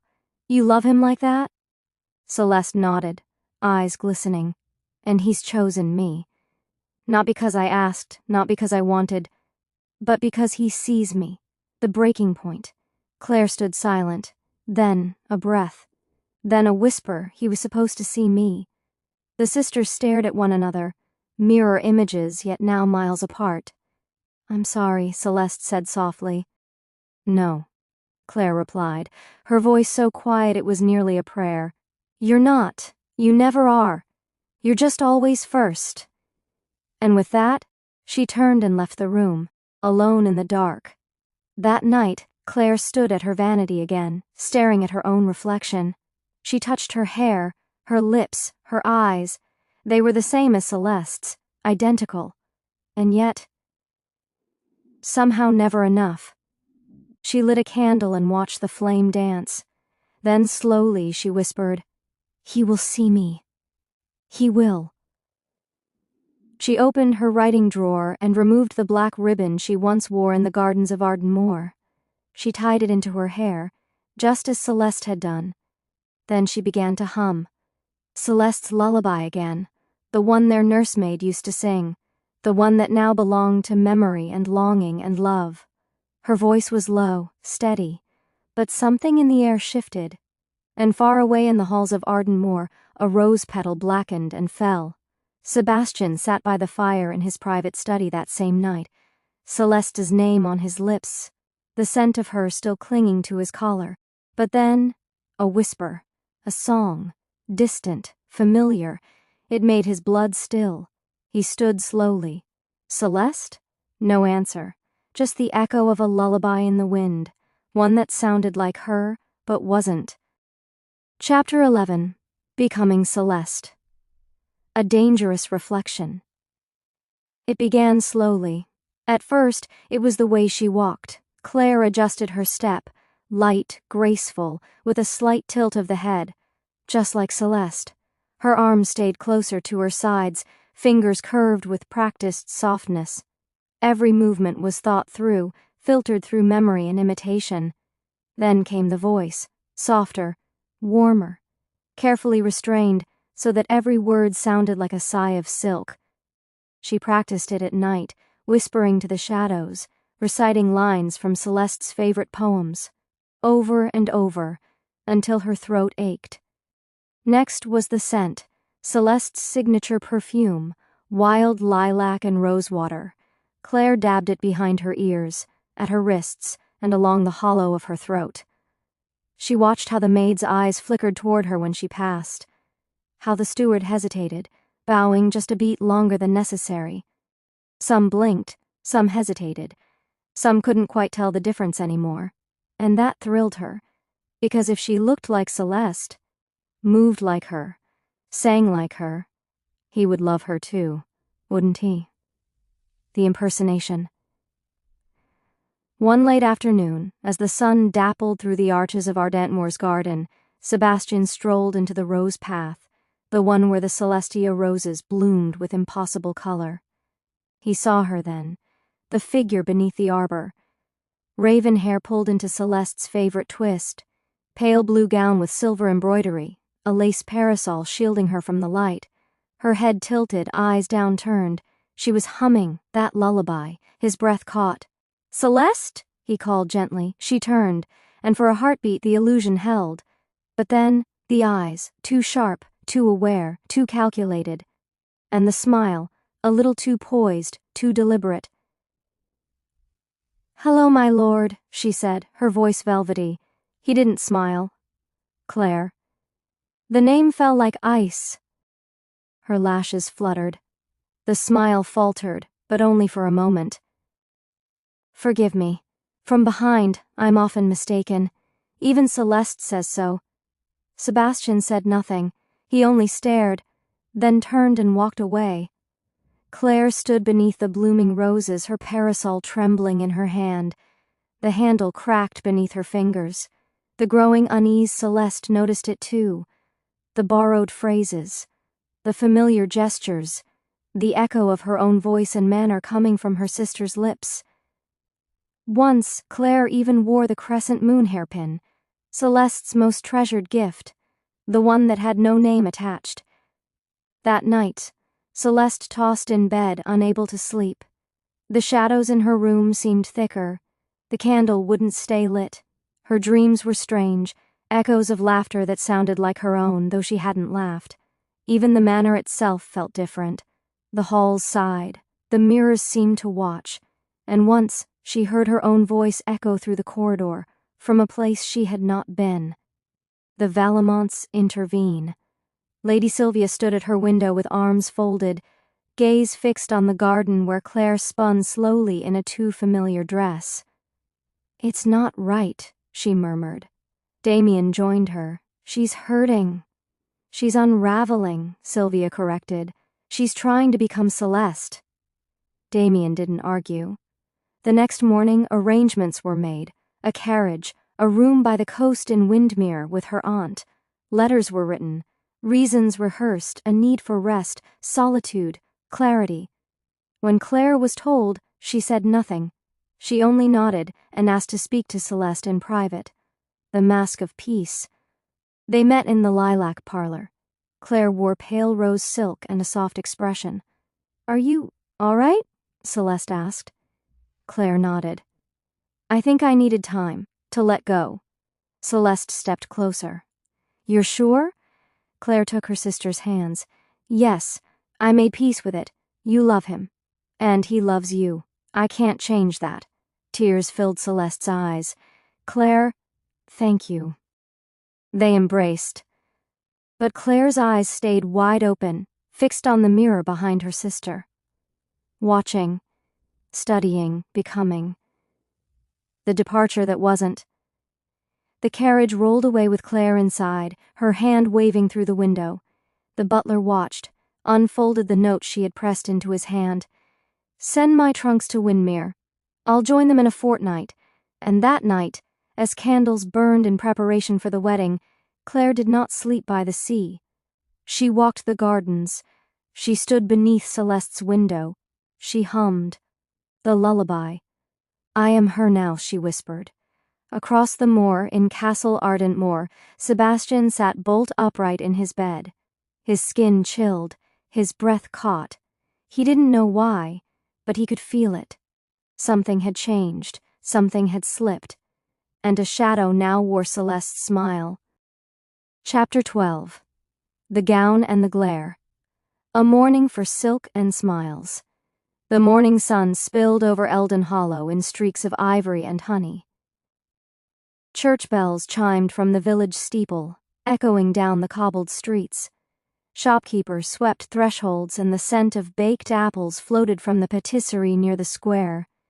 Inside the Valamont Manor, Lady Sylvia swept into Celeste's bedchamber, radiant with excitement. "Today is the day," she sang, parting the heavy velvet drapes and letting light spill in like gold. "Your final fitting, my darling. The gown is ready. Madame Roselle is expecting us before noon." Celeste, brushing her long raven hair by the window, smiled softly. "Already? I feel as though I just said yes yesterday. Everything must be perfect," Sylvia said, clasping her hands together. Her eyes sparkled with 1,000 memories of her own wedding. "And it will be. We will make sure of it." Servants gathered hat boxes and laces, while bridal sketches, embroidered silks, pearl-draped veils, and velvet gloves lay fanned out across Celeste's bed like sacred pages. Sylvia touched one with reverence. But just as she signaled the footman to prepare the carriage, the door creaked. Claire appeared in the doorway.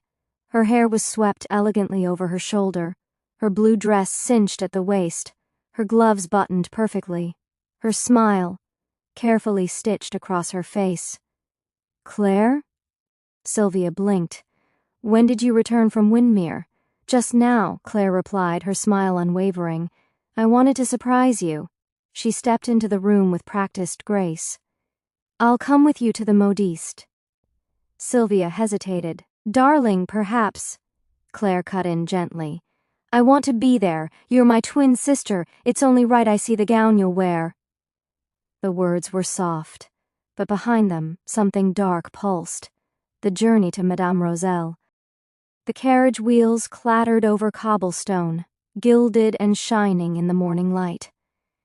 Claire sat across from Celeste and their mother, hands folded neatly, her chin tilted just so. She watched as Sylvia placed a gentle hand over Celeste's.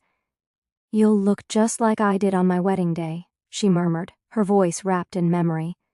Claire stared out the window. The corner of her eye twitched. Madame Roselle's shop was nestled between two ivy-covered buildings at the edge of the artisan quarter. The boutique smelled of pressed lavender and fresh linen. Racks of gowns hung like sleeping angels from golden rods. A bridal pedestal stood beneath an arched mirror wreathed in pearls. Ma chérie, come in, come in. Madame Roselle greeted them with a dramatic wave. We have silks from the east and laces finer than moonlight. The white gown. Celeste stepped behind the curtain. Maids helped her into the corset, the layers of silk, the gloves, the stockings. And then, the gown. White as winter light. The silk pooled like water. Tiny hand-stitched pearls cascaded down the bodice. A ribbon of silver cinched at the waist. The train was delicate, embroidered in red vines, reminiscent of Ardentmoor's own garden.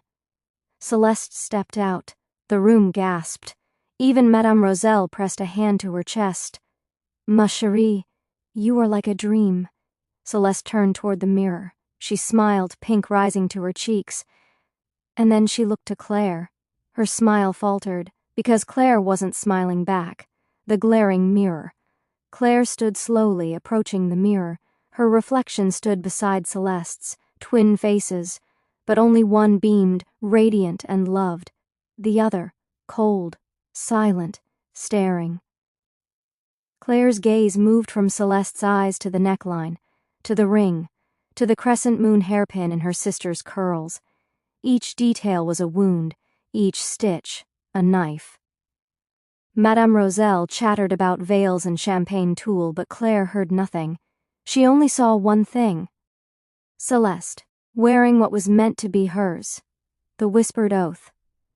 Claire's jaw tightened. Her lips barely moved. But in the hush of silk and candlelight, she whispered, I'll never let you marry him. Celeste turned sharply. Did you say something? Claire blinked, once, then smiled. Just that you look beautiful. But Celeste's stomach twisted. For in that moment, her sister's eyes were full of ice. After the fitting, they rode back in silence. Sylvia spoke of table linens and menus, but her daughters did not reply. Claire sat too straight, her gloved hands too tight. Celeste stole glances, joy now dulled with unease. When they returned, Claire stepped down and turned to her mother. I'm feeling tired, she said. I think I'll rest before dinner. Of course, sweetheart, Sylvia said, brushing her hair gently. Claire entered the house, but she didn't go to her room. She went to Celeste's. She stood before her sister's mirror and stared. That night, Sebastian lit a candle and began writing a letter to Celeste. He spoke of the wedding, of dreams, of forever. But just as he finished, he heard a sound at the edge of the hallway, a soft, familiar humming. He rose. He opened the door, and there, down the hall, stood a figure in a white gown humming the lullaby. He stepped forward, confused. Celeste? But the figure turned too quickly, too eagerly, and vanished into shadow. Chapter 13. The Hollow Veil. The eve of the wedding. The air was thick with anticipation. Castle Ardentmoor, wrapped in velvet dusk, shimmered with subdued opulence. Garlands of night-blooming roses cascaded over archways. Silver sconces flickered with candlelight, casting dancing shadows across the halls. Pale lanterns floated along the garden paths, like spirits waiting for permission to speak. And yet, beneath all the beauty, silence thrummed. A silence that carried weight. A silence that waited to be broken. In a corridor just past the grand ballroom, Claire Vallemont stood alone, dressed not in mourning, not in celebration, but in mimicry. Her gown was ivory lace and moon-pale silk, a replica of a dream not her own, a ghost in the reflection of a woman soon to be wed. Sebastian Delacroix approached quietly, his footfall soft against the polished stone. His silver-stitched coat hugged his frame, his expression unreadable. He paused before her. "You asked for me." "I did," she replied, her voice as smooth as glass. "Tomorrow you marry my sister. I thought it fitting to speak to you, one last time." He inclined his head. "Very well." Claire turned toward the window. Moonlight spilled across her face, her hands folded before her like a prayer. "May I ask you something honestly?" "Of course." Her voice dipped to a whisper. "Why her?" Sebastian blinked. "You mean Celeste?" Claire nodded, but her jaw was tight. Her smile was faint, her eyes sharp. "We are twins, the same blood, the same features, yet from the first moment you looked at her." "Why?" Sebastian shifted. "You are both remarkable women, but you love her." "Yes," he said without hesitation. "Why?" she asked again. A rawness now undercut her composure. "What does she have that I don't?" He was silent for a long moment. "Then, she has peace." Claire stiffened. "With her there is stillness," he continued. "She brings calm where there is noise, light where there is shadow. With her I feel whole." "And with me?" He looked at her gently. "With you, Claire, I feel the storm." Her lips parted, a tremor passing over her face. She turned away again, hiding it. "I loved you first," she whispered. Sebastian said nothing, and Claire, when she turned back, smiled with unbearable softness. "I see," she said, then disappeared into shadow. The day of the wedding. Morning spilled over Eldon Hollow in streams of rose-gold light. The village awoke to bells and celebration. From windowsills and chapel towers, petals rained gently to the cobblestones. The scent of blooming lilac and polished wood filled the air. Inside Castle Ardentmoor the excitement mounted. Servants dashed through corridors. Musicians tuned their strings in the chapel garden. Candles were lit, the great halls filled with the hum of voices and anticipation. But Celeste Vallemont had not emerged. At first, Lady Sylvia waved it off. "She's contemplative, likely journaling." Yet as the hour drew close, unease began to claw. In the garden, under an arbor of twisted vines and white blossoms, Sebastian stood at the altar. His coat gleamed. A silver rose pin clung to his chest. Around him, nobles and villagers watched with bated breath. But the bride did not come. 20 minutes, 30. The whispering began. Sebastian left the altar. He ascended the tower stairs, his heart thundering. He called for Celeste, voice echoing in the silence. No reply. He passed the portrait gallery and stopped. The paintings, those of Claire, had been defaced, shredded, torn with such rage the canvases wept in ribbons, claw marks raw and furious. Only Celeste's portraits remained untouched. His blood turned cold. He ran. The bridal chamber, the door creaked open. The golden light of dawn poured through gossamer curtains. The room was quiet. The veil lay on the velvet chair. Pearls gleamed along the hem. A pair of silk gloves folded neatly beside it. And on the floor, Celeste, collapsed. Motionless. A bloom of crimson marred the center of her white gown. A dagger lay nearby, slick and shining. Her eyes, open, unseeing. Sebastian fell to his knees. He cried out, a sound torn from the depths of his soul. He gathered her into his arms. Her head lolled against his shoulder. "No," he choked. "No, no, no, please. Celeste, wake up. Please, wake up." But she was still. She was already cold, the vanishing. Panic exploded through the castle. Guards scoured the grounds. No carriage had left the gate. No horse saddled. No guest had seen Claire. She was gone, like a shadow unmade. Only one thing remained behind, a journal, tucked into her dressing table drawer. The final page smeared with ink, her handwriting slanted and wild. If I can't have him in this life, then neither will she. He'll remember me. Forever. The bells fell silent. The guests were dismissed in mourning. Rain began to fall, soft at first, then steady, as if the sky wept with them.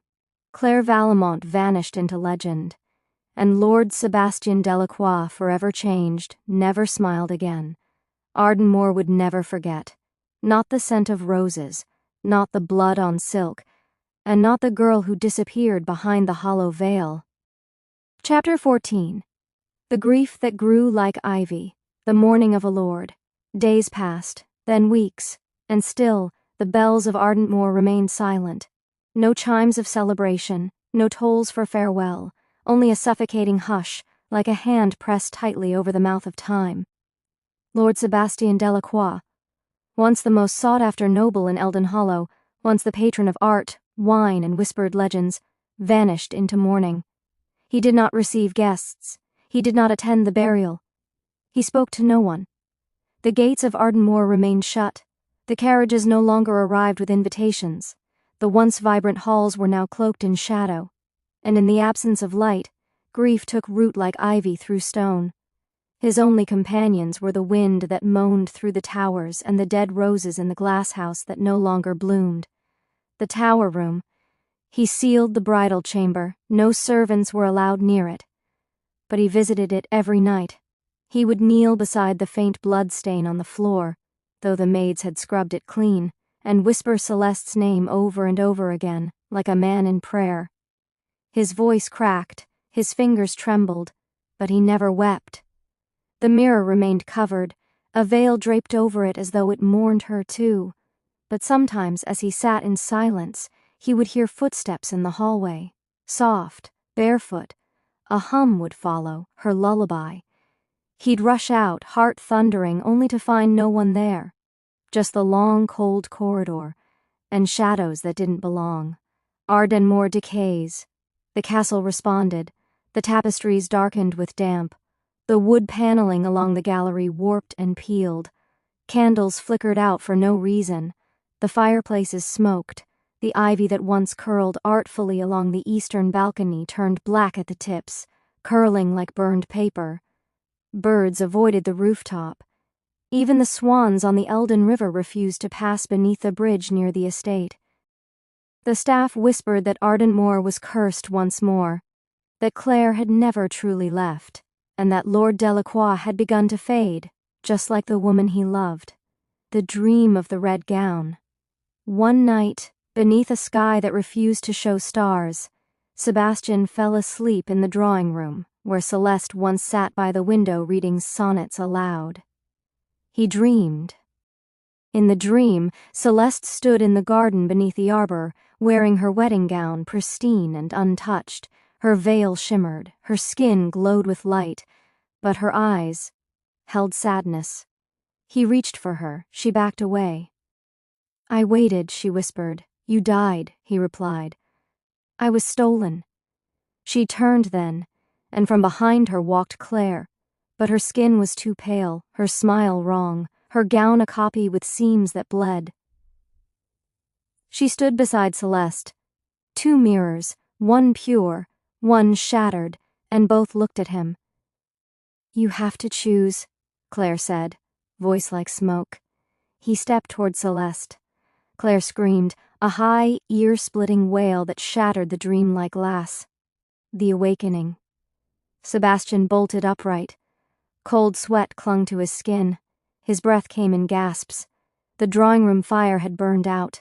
The room was cold, and scrawled across the mirror over the hearth, in what looked like blood, were the words, "You were mine."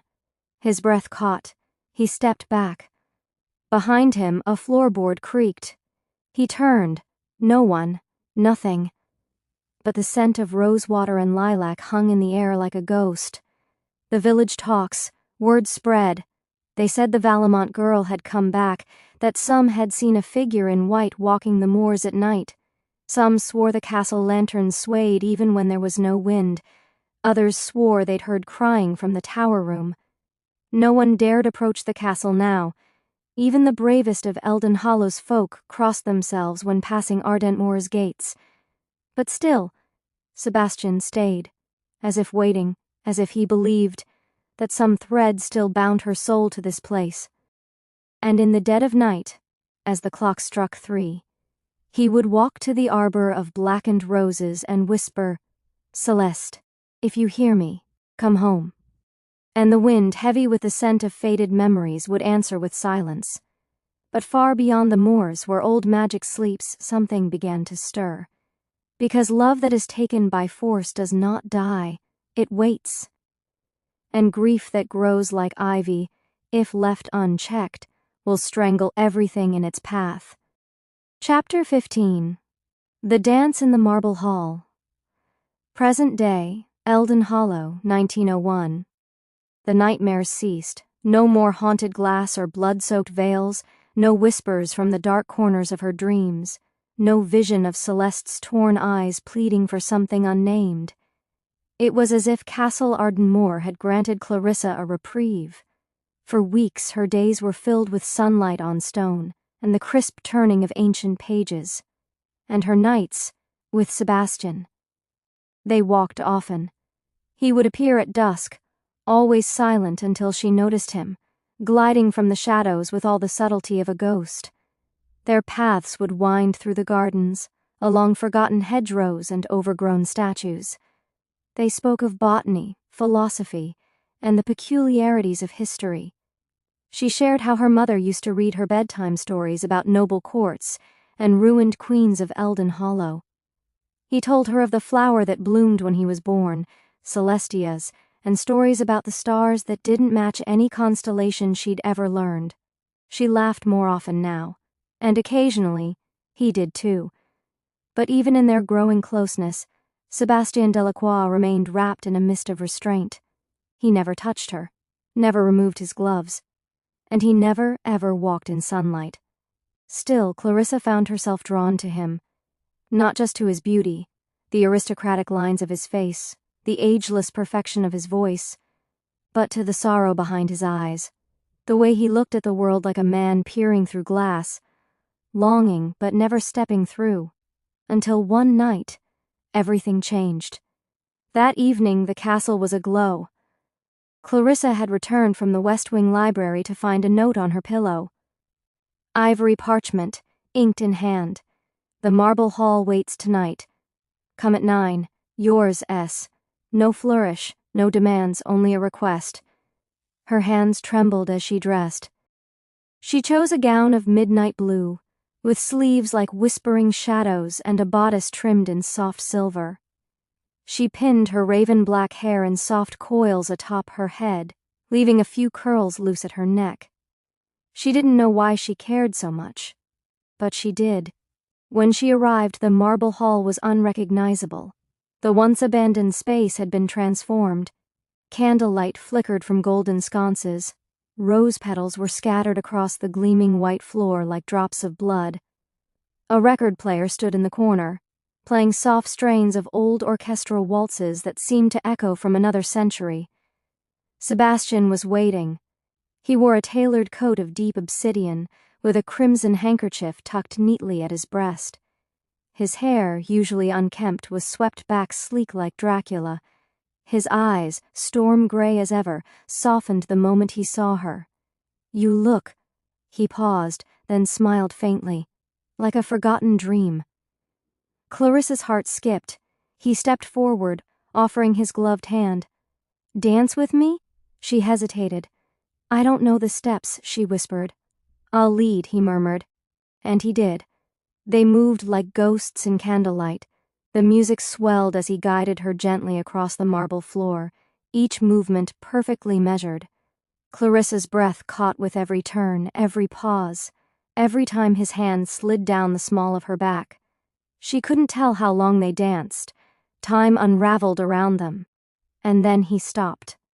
The song faded. He looked into her eyes and recited, "Had I the heavens' embroidered cloths, enwrought with golden and silver light, I would spread the cloths under your feet. But I, being poor, have only my dreams. I have spread my dreams under your feet. Tread softly, because you tread on my dreams." Clarissa's lips parted. "Yeats?" He nodded. Celeste loved that one. The name fell between them like a cold wind. Clarissa looked away. "You see her when you look at me?" "No," he said quietly. And when she turned back to him, she saw it in his face. He wasn't seeing Celeste anymore. He was seeing her, Clarissa, the girl who got lost in archives, who hummed to herself without noticing, who wandered the castle as if born to it. His fingers reached up, slow, uncertain, and brushed against her cheek. Then they kissed. It was fire and winter and memory all at once. His lips were cold, but they deepened with hunger. His arms drew her close, his breath trembling against her skin. She melted into him, gasping softly as their mouths pressed more urgently together. She could feel him, his longing, his restraint crumbling. But then he stiffened. His entire body went rigid, and suddenly she felt it. His skin freezing cold, his mouth too still, and his eyes no longer gray. They were glowing, crimson. Clarissa pulled back with a cry just as Sebastian stumbled away from her, breathing like a wounded beast.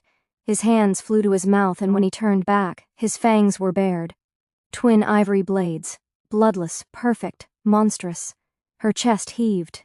She stepped back, trembling. "Sebastian..." He was against the wall now, gripping the stone like it might stop him from tearing the world apart. "I'm sorry," he gasped. "I shouldn't have... God, I didn't mean to..." She clutched her chest. Her lips still burned. She had felt them. His fangs. His hunger. The man she had kissed was not just a man. You're a... She couldn't say the word. His face crumpled. "I never wanted you to know this way. You were going to tell me? I was hoping I wouldn't have to." The silence between them thundered. She took a step forward despite everything. "So it's true, the whispers, the old stories, Ardentmore, the curse." "I am the curse," he said bitterly. His voice cracked with shame. Clarissa stared, still shaking. She had kissed a monster.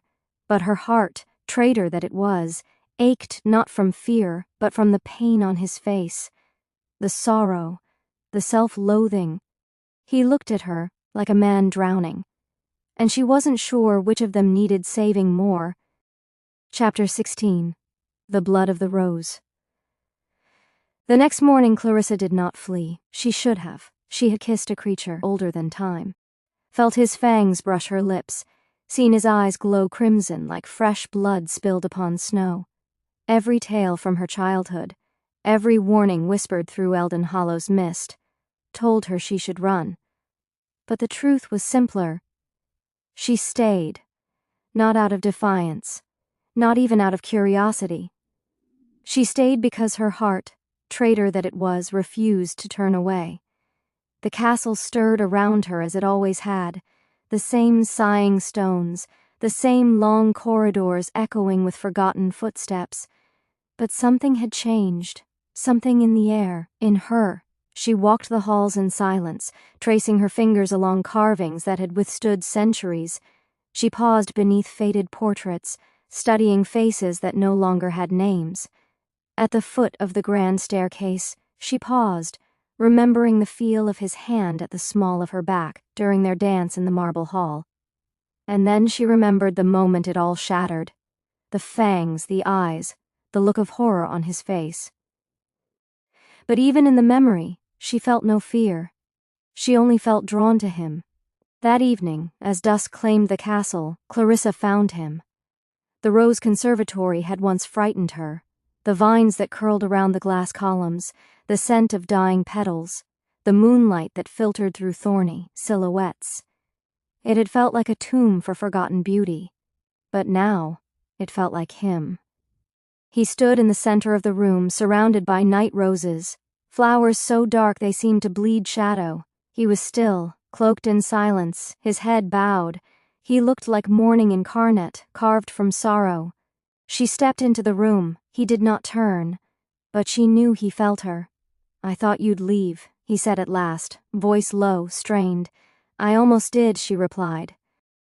The silence between them lengthened, filled only by the rustling of vines and the soft tremble of the night wind against the glass. "How did you become—" She hesitated. "What you are," he exhaled, a sound like the wind through the crypts. "I once believed in reincarnation," he said slowly.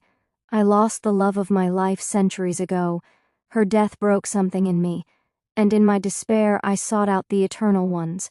I begged them to let me find her again in any lifetime at any cost." Clarissa watched him. He looked more ghost than man. "They answered, and they made me like this. A vampire. Yes." She took another step forward, unflinching. "I wanted to be angry," she said, "or frightened, but I wasn't. I'm not." At that, he turned. His eyes, storm gray now, searched hers with a desperation that cut to the bone. "You should be." "I'm not." He looked away. "I've lived longer than kingdoms, drunk rivers of blood. I am not human, Clarissa. I'm not what you think." "Then what are you?" she asked, her voice a whisper. "Because what I see is a man who gardens, who quotes poetry, who mourns, who grieves, who fears hurting the very person standing before him." He was trembling now, barely perceptible. She continued, "You feed on animals. You could feed on the villagers. Or me, but you don't." He nodded once, brokenly. "I haven't taken human blood in centuries. Being a vampire doesn't excuse what I am. I made a vow to never harm a soul again, and I never broke it." Clarissa's eyes shimmered. "Then you're more human than most men I've known." His breath hitched. "Clarissa, please," he whispered. "Don't do this. Don't try to make me something I'm not." "I'm not," she said gently. "I'm trying to see you as you are." The night air deepened around them, and he could only stare. So she stayed. Days passed. Then weeks. They walked the gardens as the seasons shifted. They read together in the library. He showed her hidden places of the castle, the observatory in the south tower, where moonlight drenched the telescope in silver, the music room, where the pianoforte still remembered Celeste's touch. He did not kiss her again, and she did not ask. But something had begun to grow between them, not fire but ember, not lust, but something quieter, a yearning stitched with restraint. They laughed. They spoke of the stars, of mortality, of guilt. And slowly Clarissa began to understand that Sebastian was not just cursed. He was grieving, not just for Celeste, but for every piece of himself he'd buried along the way. And she wondered if it was possible to fall in love with a ghost of a man who still walked among the living, or if perhaps she already had. Chapter 17. Letters in the Dust. The library had always welcomed her, but tonight it held its breath. The storm that had loomed for days finally broke over Ardentmore. Rain lashed against the high windows like frantic fingers trying to claw their way in, and thunder growled low and constant beyond the mountains. Wind curled around the ancient turrets of the castle, moaning like the ghosts that were said to haunt the Valamont lineage. But Clarissa didn't flinch. She was too deep in it now, too entangled in the haunting elegance of the castle and the cold seduction of its master, too far down the rabbit hole of memories that weren't hers, yet curled around her soul like smoke. In her lap rested the final of Sebastian's diaries, its leather cover cracked with age, its spine nearly worn to dust. She had read dozens of documents in her life, historical records, noble correspondences, folklore hidden in family crests. She could recognize tone, phrasing, linguistic flourishes. This was something else. The final diary did not read like a record. It read like a confession.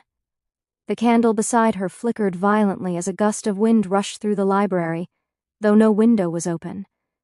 Shelves of old books loomed like silent sentinels. The portraits of long-dead Valamonts seemed to lean in closer, as if listening. Clarissa sat frozen, heart pounding. Lightning flashed, illuminating the marble busts and oil paintings in bursts of cold white. Outside, the storm howled like a grieving widow. She rose slowly, clutching the diary, and crossed the room to the mirror at the far end, the same one that had once reflected Celeste's image instead of her own. That illusion had vanished. Tonight it reflected her clearly, but something in her eyes felt older, more knowing, more haunted. "I act for love," the diary whispered again in her thoughts. Clarissa lifted her hand to the glass, breath fogging it. "Who were you?" she asked aloud. And from behind her, a voice answered, "You were her." Clarissa turned sharply, but saw no one. Until lightning flashed again. Sebastian stood in the archway, his silhouette outlined in cold blue. He looked more worn than she'd ever seen him. His elegant composure was frayed, his jaw tight, his eyes no longer glowing but dull, a storm beneath their surface. Clarissa tried to speak, but words caught in her throat. He walked forward slowly, picked up the diary from her hands, and held it between gloved fingers. The room seemed to hold its breath again. "I knew you had been reading them," he said quietly. Clarissa swallowed. "I had to understand." So she told him everything. The portrait with the scratched face, the moments in the glass where her own reflection seemed to shimmer, twist, the scent of lilacs that haunted the east wing, the dreams that weren't hers, the feelings of rage, of yearning, of being unseen. And now, the words, the desperate scrawl of someone broken by love, possessed by it. Sebastian listened in silence, expression unreadable. But when she finished, he closed the diary gently and set it down. "She loved me," he said. Clarissa nodded. "I know. Not with affection, not with patience. She loved me like a drowning woman loves the air, like a storm loves the sea it crashes against." His voice cracked at the edges. "And you loved Celeste," Clarissa murmured. He looked at her. "I did," he said, "with everything I was, with what little of me remained human." Silence fell between them like velvet. He stepped forward, slow as dusk, and his gaze lingered on her face. "And now, I see her in you, in every breath, in every glance, and yet..." His voice dipped lower. "I fear I'm falling for you, Clarissa. Not the echo, not the ghost. You." Clarissa took a step toward him, her heart twisting. "Then let's build a world," she whispered. "Together." Sebastian stared at her. The firelight softened her face, but the storm outside continued to echo what his soul refused to speak aloud. Fear, hope, desire, redemption. He reached for her hand, brushing it lightly with his gloved fingers. "You would stay here?" "Yes." "Knowing what I am?" "Yes," she said again, stronger. "Because what you are isn't what defines you." Outside, the storm began to quiet. Inside Ardentmore, a hidden clock struck midnight. And in the shadows of the library, behind rows of velvet books and forgotten journals, the faint scent of wild lilacs and blood curled in the air.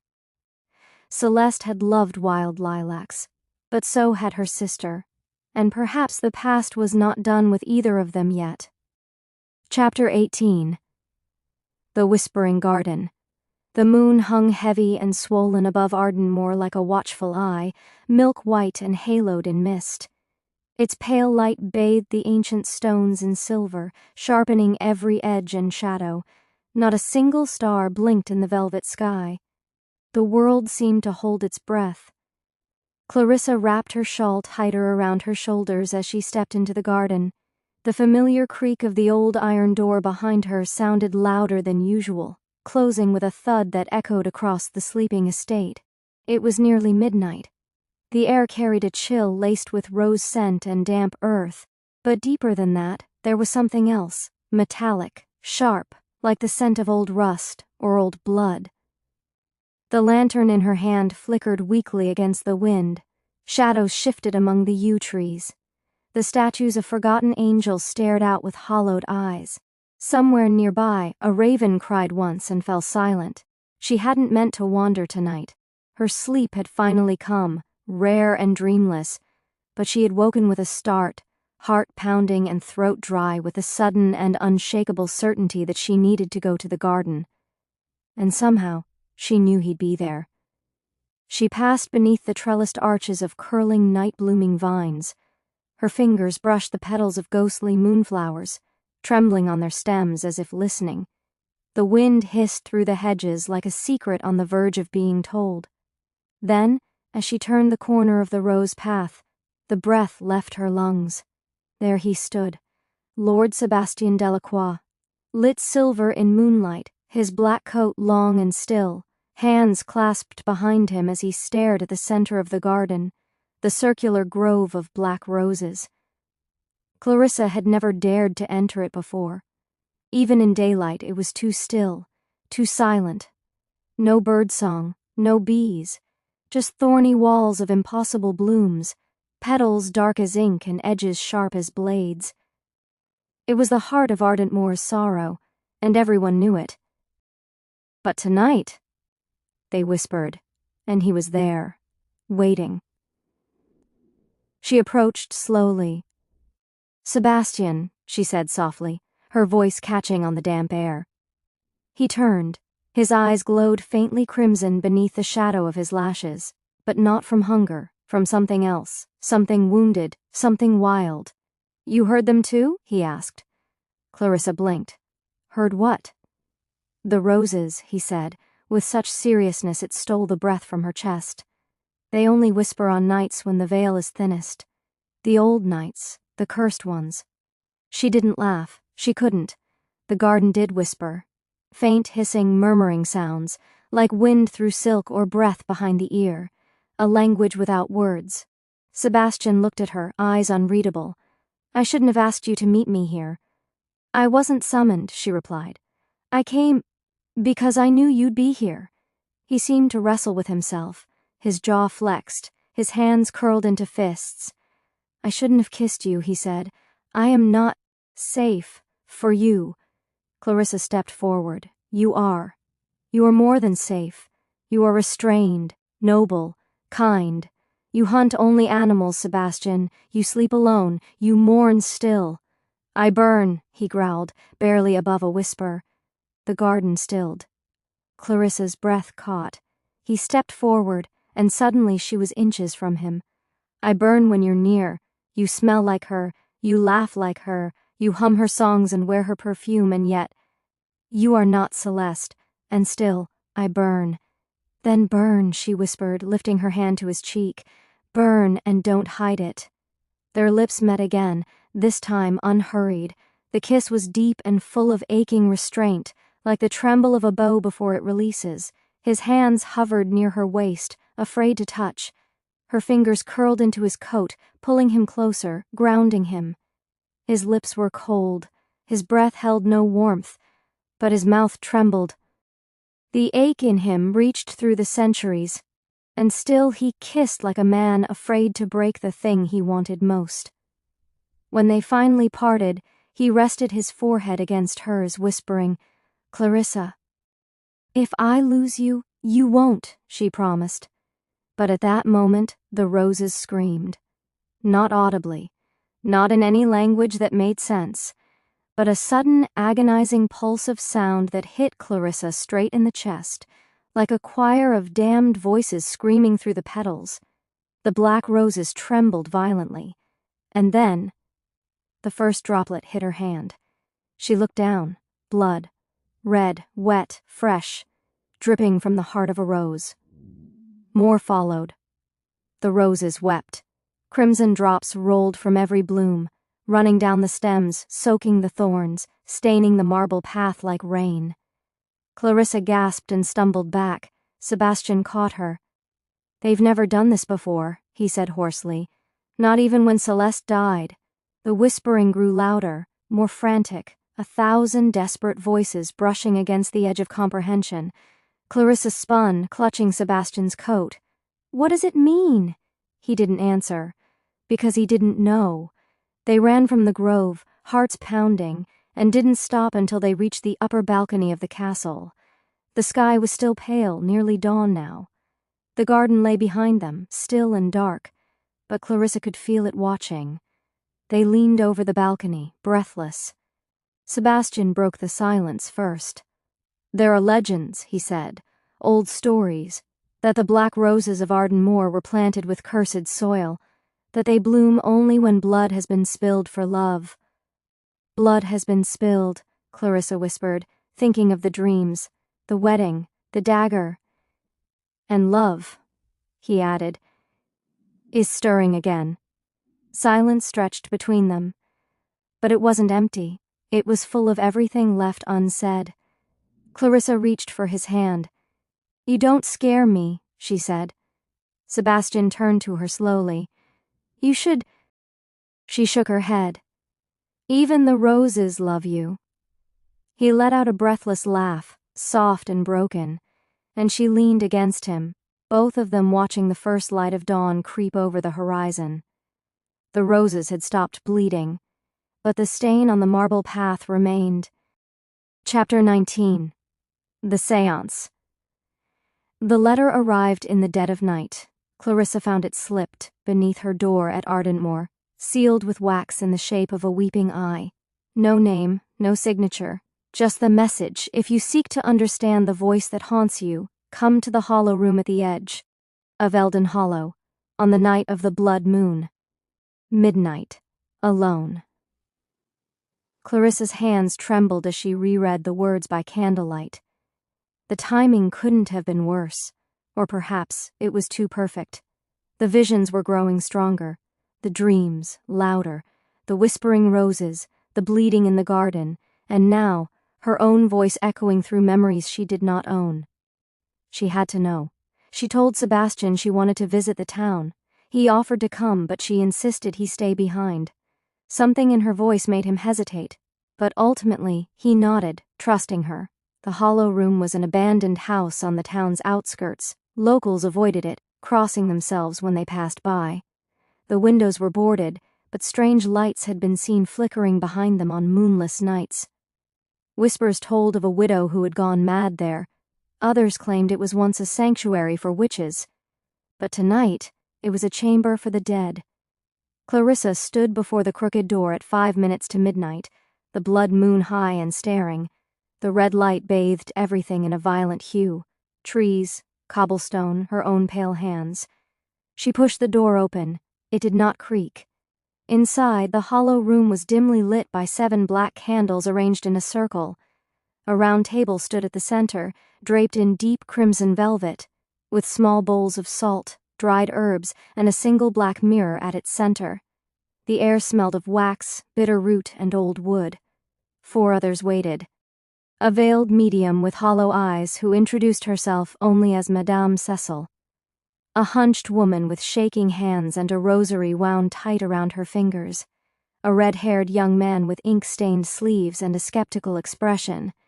And a mute boy no older than 10, whose eyes never left Clarissa. None of them spoke her name. Yet all nodded when she entered, as if they'd been expecting her all their lives. "Please," Madame Cecil gestured to the seat across from her. "Sit. The spirits already know you're here." Clarissa sat, heart hammering. The medium took her hand gently. "Tonight we do not summon," she said. "Tonight they come willingly." The candles flickered. The flame of the center candle bent violently, as if something exhaled. Madame Cecil closed her eyes.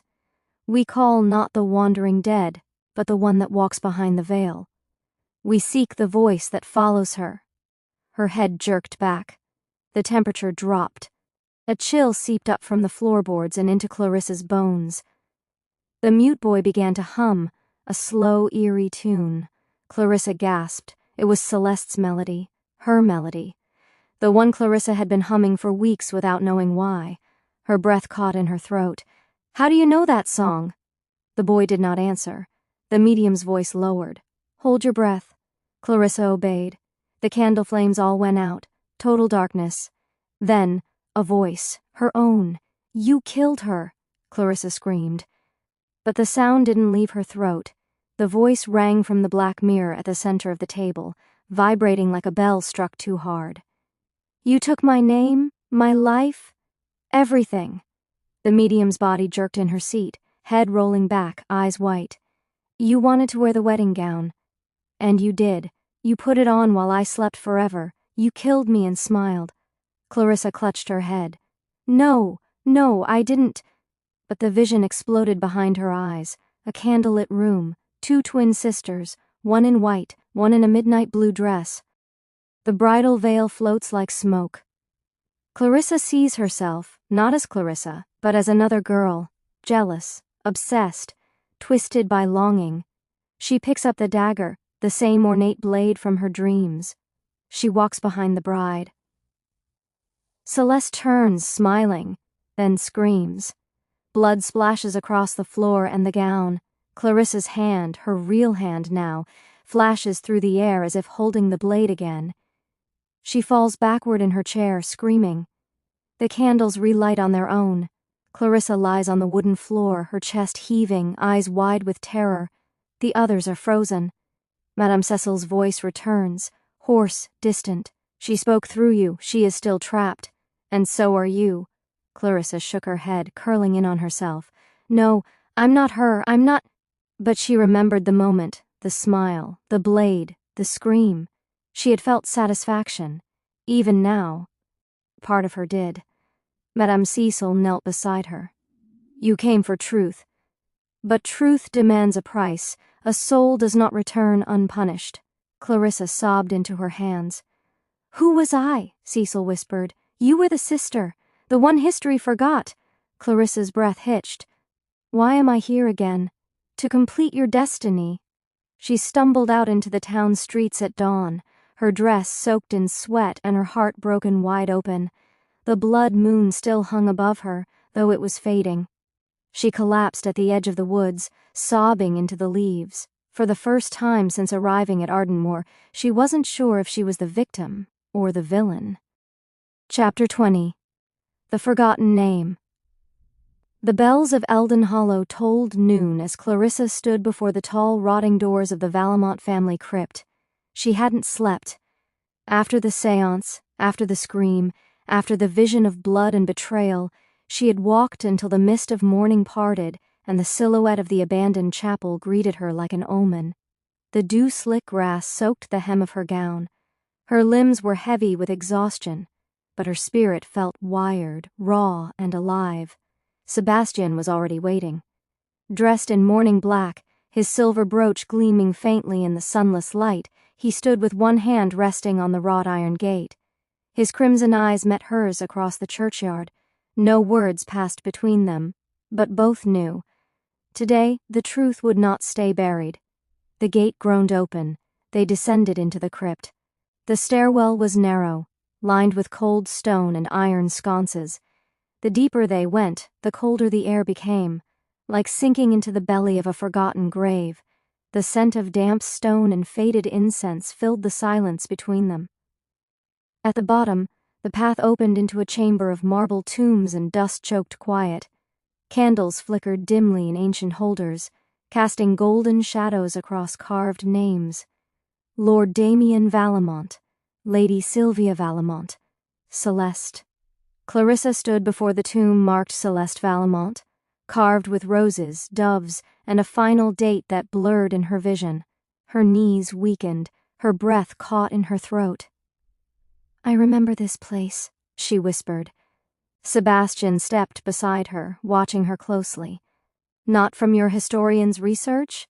She shook her head, tears in her eyes. "From dreams, no. Memories. I was here. I stood here before. But I wasn't mourning." Her voice broke. "I was watching." Her steps faltered as she walked deeper into the crypt. The flicker of candlelight danced across another tomb, hidden in the shadows. Sebastian joined her, brushing away the ivy that crawled across the stone like veins. Claire Valmont, 1203, beloved daughter and a twin sister. Clarissa traced the letters with trembling fingers. Her breath left her. Claire. A name never spoken aloud. A name erased from paintings, scratched from records, struck from memory. Her name. She fell to her knees, her hand pressed to the stone. "It's me," she whispered. "Claire. That was my name." Sebastian lowered himself beside her, a century of emotion in his voice.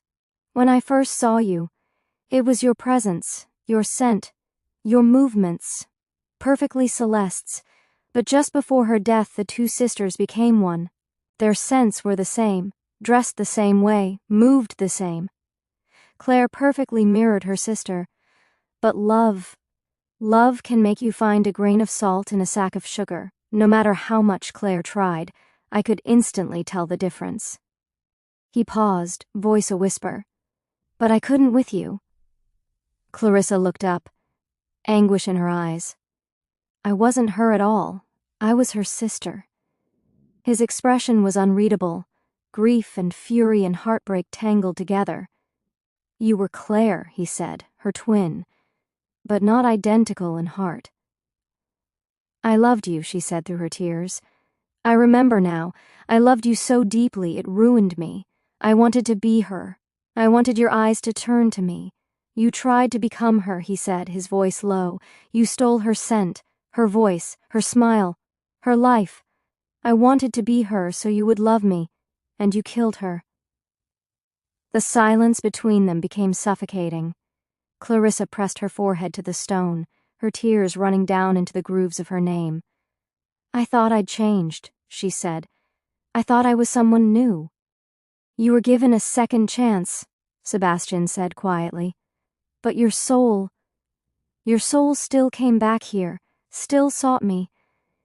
"Maybe I never left," she whispered. "Maybe I'm still her." The air shifted in the crypt.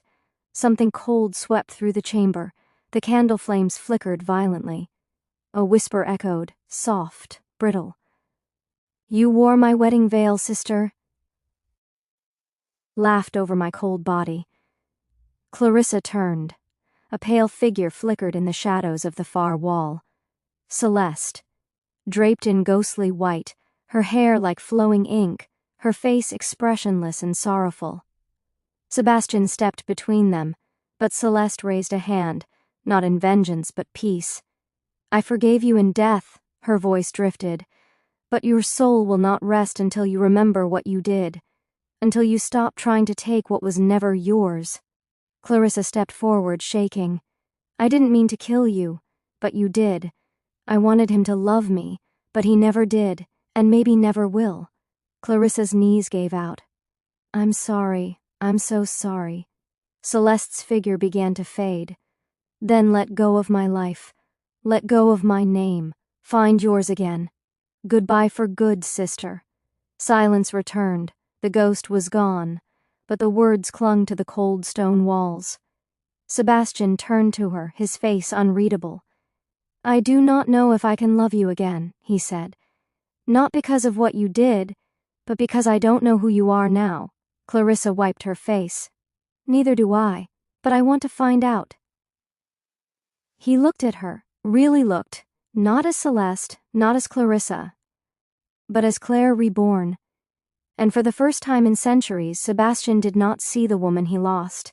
He saw the woman who remained. They rose from the crypt together. The light of the world above was softer now, the blood moon finally set, the sky washed in grey mist. Clarissa turned back to the tomb, whispering, "Goodbye, Celeste. I won't wear your name anymore. Until we meet again, sister." Sebastian took her hand gently.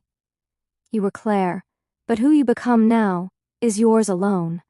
And together they walked toward the waiting castle, toward the truth, and toward whatever future might still be written beneath Ardentmoor's cursed sky. Chapter 21. Confrontation. The halls of Castle Ardentmoor had never felt so hollow. The echo of Clarissa's footsteps was swallowed by silence as she crossed the grand vestibule, clutching the carved balustrade for balance. The storm outside pounded the stained-glass windows like fists. Thunder rolled through the valley. Shadows stretched like claws across the velvet-lined walls. She hadn't seen Sebastian since they left the crypt. Not a word, not a glance, not even the creak of his footsteps in the tower above. And it was breaking her. She climbed the spiral staircase to the west wing. His wing. Her heart a storm of its own. Her palms were slick, her breath shallow. She no longer knew who she was asking forgiveness for, herself or the girl she used to be. When she reached his door, it was open. He stood by the window, the moon casting a pale light across his face. His posture was still, too still, as if carved from the very marble that built the castle. He didn't turn. Clarissa swallowed. "Sebastian," his voice was low, "so it's true." A pause. I hoped I was wrong. She took a step inside. I didn't know until the seance, until the tomb, until the ghost. His hands were behind his back, one clenched tightly around the edge of the window pane. Raindrops trailed down the glass like tears the sky could no longer hold. "She said your name," he whispered. "Claire." Clarissa flinched. He turned now, slowly. His crimson eyes met hers, and they weren't cold, they were shattered. "Why?" he asked, not with anger, but with an ache that pierced deeper than rage. "Why would your soul come back to me? Why haunt the ruins of the life you destroyed?" "I didn't mean to come back," she said, her voice trembling. "I didn't even believe in reincarnation until I met you, until everything started unraveling." "You didn't remember. But I did." His voice rose slightly, a tremor in it. "Every time you laughed, every time you smiled, I saw her. I let myself believe that fate had returned Celeste to me." Clarissa's eyes brimmed with tears. "But I'm not her. I know that now, and that is what hurts the most." He walked past her, slowly, as if every step took effort. "I've loved one woman in my long, cursed life. One. And you wear her skin, her grace, her voice, but you are the one who ended her. That wasn't me." She spun, eyes pleading. "I'm not her anymore.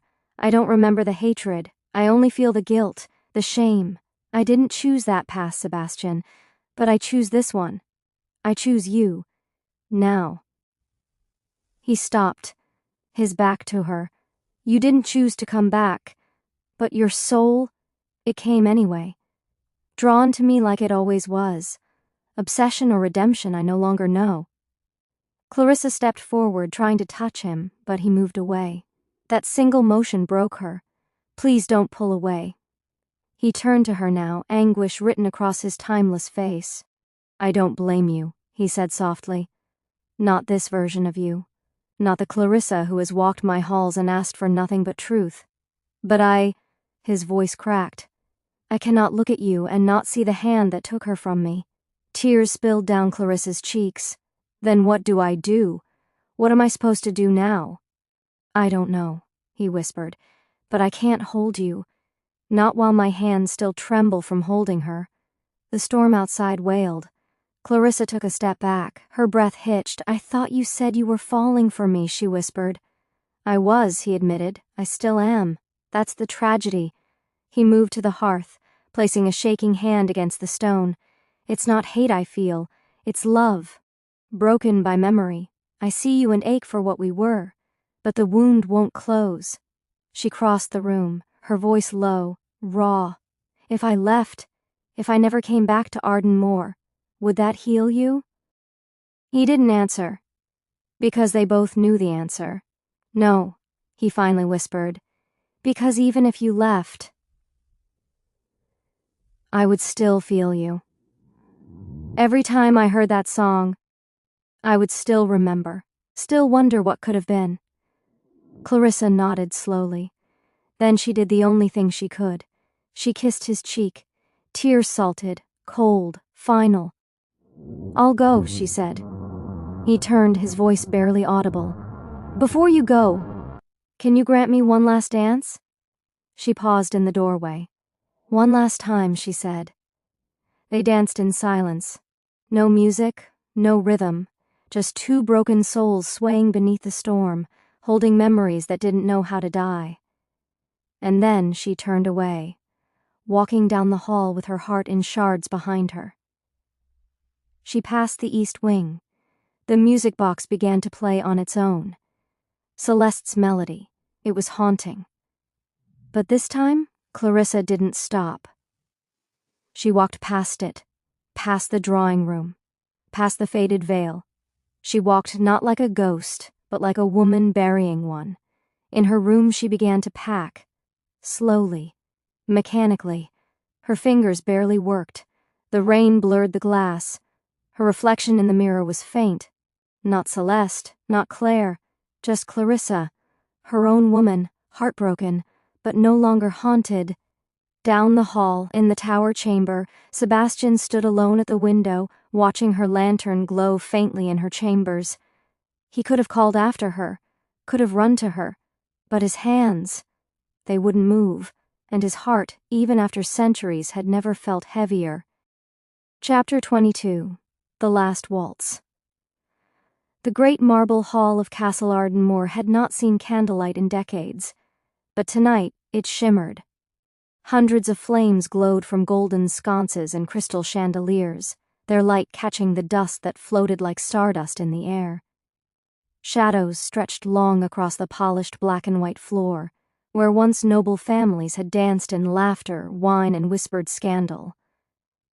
Now there were only two. Clarissa stood at the edge of the hall in a simple midnight blue gown, her dark hair swept back, her hands folded as though still afraid of what they might take if they reached too far. Her chest rose and fell in slow, steady breaths, but her eyes shimmered with emotion she could no longer contain. At the opposite end, Lord Sebastian Delacroix, impossibly elegant in a tailored black coat, his dark hair falling just past his collar. Crimson eyes soft with something close to sorrow, waited beside an antique phonograph. His fingers hovered over the needle. For a moment, he hesitated. Then he lowered it. A slow waltz spilled from the speaker. Haunting, old, Clarissa's favorite. She stepped forward. Her heels echoed with every movement. Each step felt weighted with years, with regrets, with memories not all her own. The music swelled around them, wrapping the air in melancholy. Sebastian walked to meet her halfway, the space between them filled with decades of heartbreak and one unspoken truth. This was goodbye. They didn't speak as his hand took hers. They didn't speak as his other rested gently against the small of her back. And then they danced, slowly, as if time had returned for this one night only. Their steps moved in perfect rhythm, the rise and fall of the music carrying them across the floor. Their bodies remembered something their hearts had long tried to forget, the comfort of touch, the ache of closeness, the longing that could never quite become peace. Clarissa looked up at him, her eyes full. "You light every room you stand in," she whispered. He smiled faintly, the kind of smile that lived somewhere between grief and grace. "You've brought ghosts back to life." She swallowed the lump in her throat. "But I'm not her." He met her gaze. "No, you're not, and you don't love me the same." Sebastian's hold tightened, not possessively, but as if anchoring her, as if he didn't trust his own will to let go. "I don't love you the same," he admitted, "because you're not a reflection. You're something else entirely, something real, something I wish I could have known in another lifetime, without the shadow of hers." The music rose. They turned slowly beneath the chandelier, a perfect circle. The candlelight flickered golden across his pale skin. She could feel the cold in him, but it no longer chilled her. "I remember everything now," she said softly. "Being Claire, the envy, the hatred. I didn't know love could grow out of that." "Maybe it couldn't," he replied. "Not real love, only obsession." She looked down. "But this, between us now, it was love, wasn't it?" He nodded. "Yes, brief, broken, and not quite whole. But love nonetheless." A tear rolled down her cheek. "Then why can't we keep dancing?" His voice was barely a whisper. "Because the dream must end." The song drew to a close. Their steps slowed, until at last Clarissa stood still in his arms, her hand resting over his unbeating heart. "You don't blame me," she said. "Not truly." "No," he said. "I never did. I only blamed the past, the wound that never closed. Will it close now?" He hesitated, then nodded. "Because this was closure, this dance, this moment. It's what should have happened long ago. A goodbye." Clarissa exhaled shakily. A waltz for forgiveness, a waltz for the dead, a waltz for love that was never meant to last. The music stopped. Silence took the hall once more. Sebastian released her gently, stepping back as if afraid that one more touch might make him change his mind. He looked at her, memorizing her face, not as Celeste, not as Claire, but as Clarissa. "Thank you," he whispered. "For what?" "For coming back. For letting me see who you truly are. For dancing with me, even if it hurt." She tried to smile, but it broke halfway through. "I'll leave tomorrow," she said, "with the morning fog." He nodded. "I'll be gone before then." Her brows furrowed. "Gone?" "To rest," he said softly. "Truly this time. No more Ardentmore. No more halls echoing with ghosts. It's time." Clarissa's throat clenched. "Will I see you again?" "In another life," he said. "If there is one, there always is." He walked away slowly, past the empty chairs, past the cracked walls, past the stained glass that no longer told a full story. He disappeared into shadow, like a man finally fading from the stage of his own tragedy. Clarissa stood alone in the silence. The last note of the waltz echoed in her bones. Somewhere deep in the castle, a door closed. Somewhere above, the moon dipped behind the clouds. And in the heart of the marble hall, Clarissa Leclair stood alone, but lighter, no longer haunted, just free. Chapter 23. Into the Sunrise. The gates of Ardentmore groaned as they opened, metal screaming like the voices of ghosts being silenced for good. Clarissa stood beneath the twisted archway, a heavy shawl wrapped tightly around her shoulders. The first light of dawn crept across the moor, golden and shy, stretching soft fingers across the land as though waking it from centuries of slumber. The mist was fading, the air was still, and at the top of the long gravel path leading toward the east, he stood waiting. Sebastian Delacroix, immortal, timeless, and yet, for the first time, heartbreakingly human in sorrow. He wore black, no ornate cloak, no rings, no silver-stitched embroidery. The only thing that clung to him now was the weight of finality. Clarissa walked slowly, her footsteps measured, as if each one brought her closer to an unspoken farewell. The crunch of gravel beneath her boots was the only sound between them, echoing with the rhythm of inevitability. Sebastian did not turn. Not yet. But she knew he felt her. She stopped just behind him. "You don't have to do this," she said, barely above a whisper. His voice came gently, resolutely. "I do." The silence between them stretched like the shadows across the moor. "Sebastian," he turned, and the look in his eyes, hollowed, tender, resigned, broke her. There was no fear, no hesitation, just a man who had carried grief longer than most empires had lasted, a man ready to be done with the ache of eternity. "I was born into darkness," he said, "and for too long I mistook loneliness for penance." Clarissa stepped closer, her voice trembling. "You're not alone. Not anymore." He offered a soft, aching smile. "But I will be. Because I can't give you what you deserve. I can't keep pretending that love is enough to change what I am. What I was." Tears pricked her eyes. "You told me you didn't blame me, and I don't," he said gently. "But that doesn't mean I can stay." The wind carried the scent of damp earth and wild roses.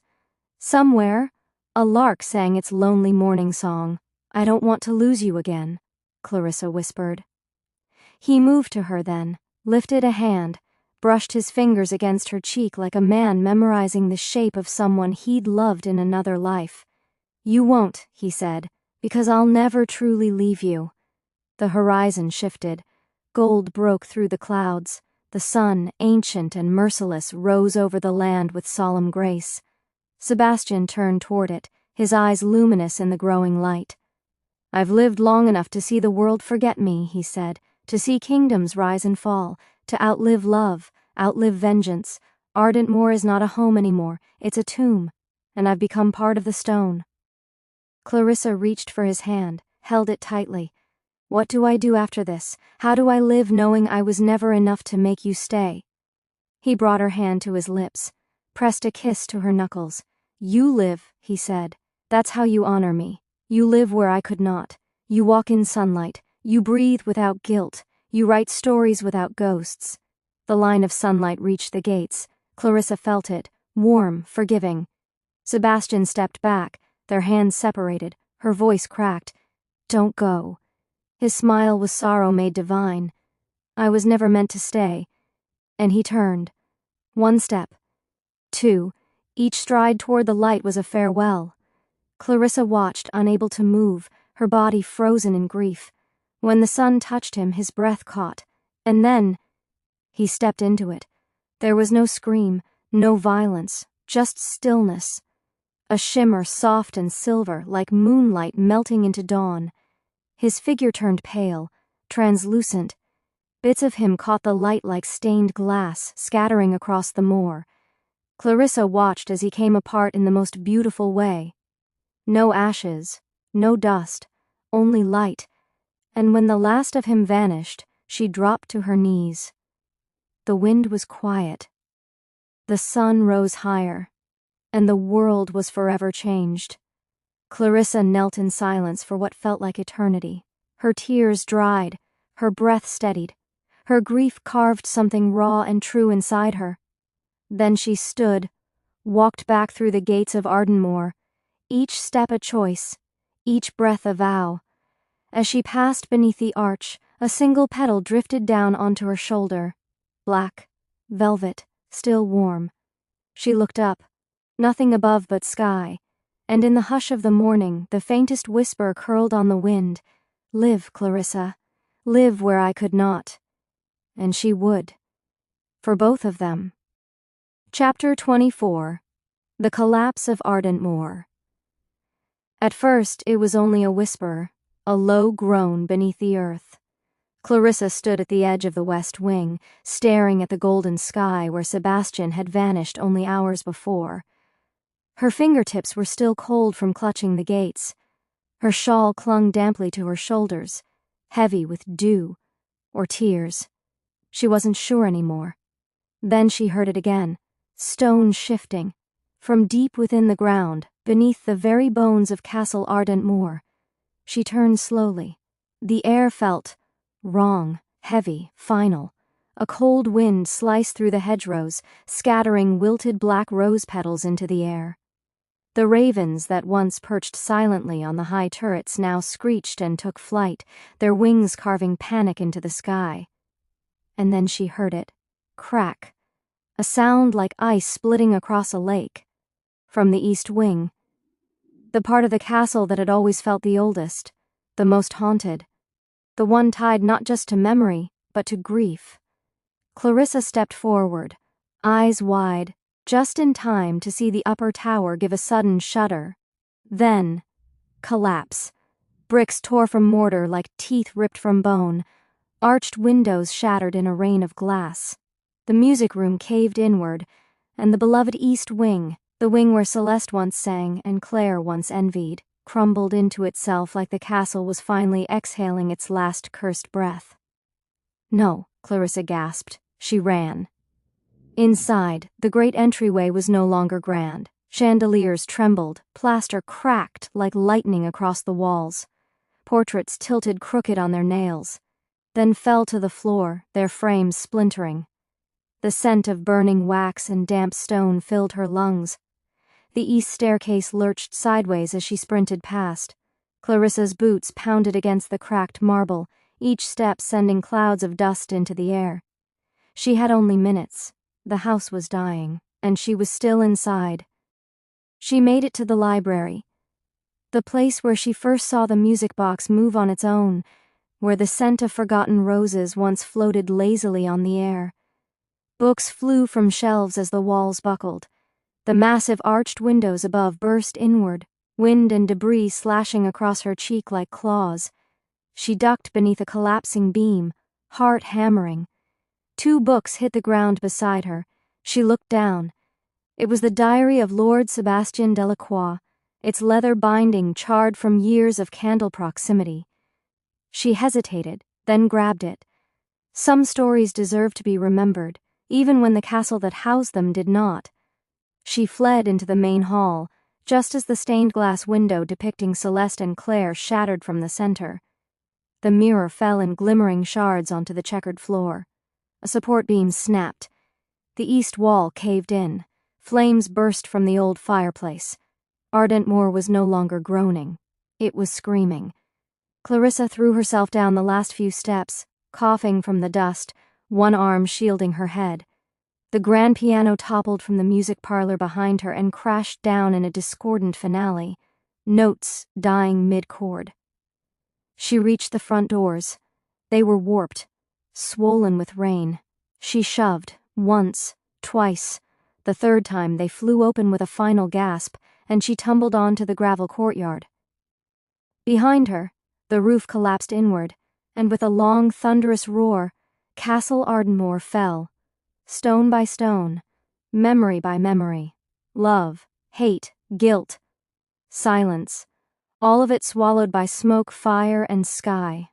Clarissa crawled backward, watching through tear-blurred eyes as the east and west wings, the tower, the velvet-draped ballroom, all of it, sank into a skeleton of ruins. There would be no saving it. There would be no rebuilding. Ardentmore was no more. She stood on shaking legs. The sky was gold now. Light flooded the valley in silent waves, painting everything in the warm palette of morning. The wind was gentler, no longer howling with regret, but whistling like a sigh of release. Clarissa looked down at the book in her hands, then up at what remained of the once immortal stronghold. "Goodbye," she whispered.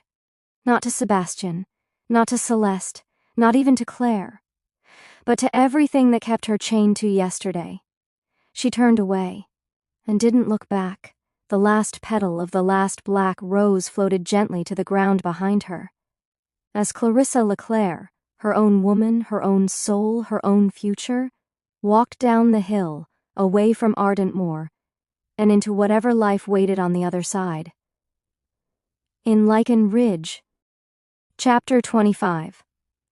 A Life Remembered. Lichen Ridge was louder than she remembered. Cable cars rumbled over the cobblestone streets, the clang of bells from market stalls, the call of fruit vendors hawking pomegranates and honeyed figs, the laughter of children spilling from a schoolyard. All of it struck Clarissa as too alive, too fast. The city hadn't changed. She had. She moved through the market like a woman carved from mist, a shawl draped around her shoulders, her hands tucked into her pockets, her eyes never staying too long on any one thing. A violinist played near the cafe where she once spent mornings reading archives. The melody was unfamiliar, but the ache it stirred was not. It had been 3 weeks. 3 weeks since the castle had crumbled. 3 weeks since she stood beneath a collapsing tower, clutching a diary and choking on dust. 3 weeks since he walked into the sunrise. She returned to her apartment above the bookshop on Rue de Marais, with nothing but a satchel and the scent of Ardentmore still clinging to her clothes. Her keys still worked. Her orchids still bloomed. The tea in her cup was cold but untouched, as if time had paused in her absence. But she had changed. She had unraveled. Each morning she opened the curtains and stood there, hand wrapped around a lukewarm mug, waiting for something. She didn't know what. A ghost, perhaps, a whisper, an answer. But nothing came. She resumed work slowly. The archives greeted her with dust and silence. Ancient love letters, royal decrees, church records that read like poetry. Before Ardentmore, this would have thrilled her. Now it felt like reading someone else's dream. She no longer chased stories. She had lived one. and it had nearly devoured her. Each night sleep came late, and when it did, so did the dreams. In the dreams, she always wore a gown. Midnight blue, velvet, timeless. The wedding chapel was lit with hundreds of candles, each flame a memory. The guests were faceless, the air smelled of lilies. At the end of the aisle, Sebastian waited, not as a vampire, but as a man, warm, smiling, mortal. She never reached him, not once. But she walked toward him over and over, her veil trailing like smoke. In daylight she walked the Seine, watched the lovers with their books and their wine and their easy joy. She stopped in small churches to light candles she didn't know the names for. Not for prayers, but for remembrance. One Sunday she wandered into the museum. The portrait was there, the Valamont sisters, newly restored, oil on canvas. One sister sat serene, her beauty perfect. The other, still blurred, still scratched, still unknowable. She stared, not at Celeste, at herself. A curator passed by and paused. Beautiful, isn't it? We tried to restore her, the blurred one, but no matter how many layers we scraped, she remained hidden. As if she didn't want to be seen, Clarissa murmured. Or maybe she wasn't ready. The woman tilted her head. Some say she did it to herself. Love, they say, doesn't die quietly. Clarissa smiled faintly. No, it doesn't. That night she wrote again.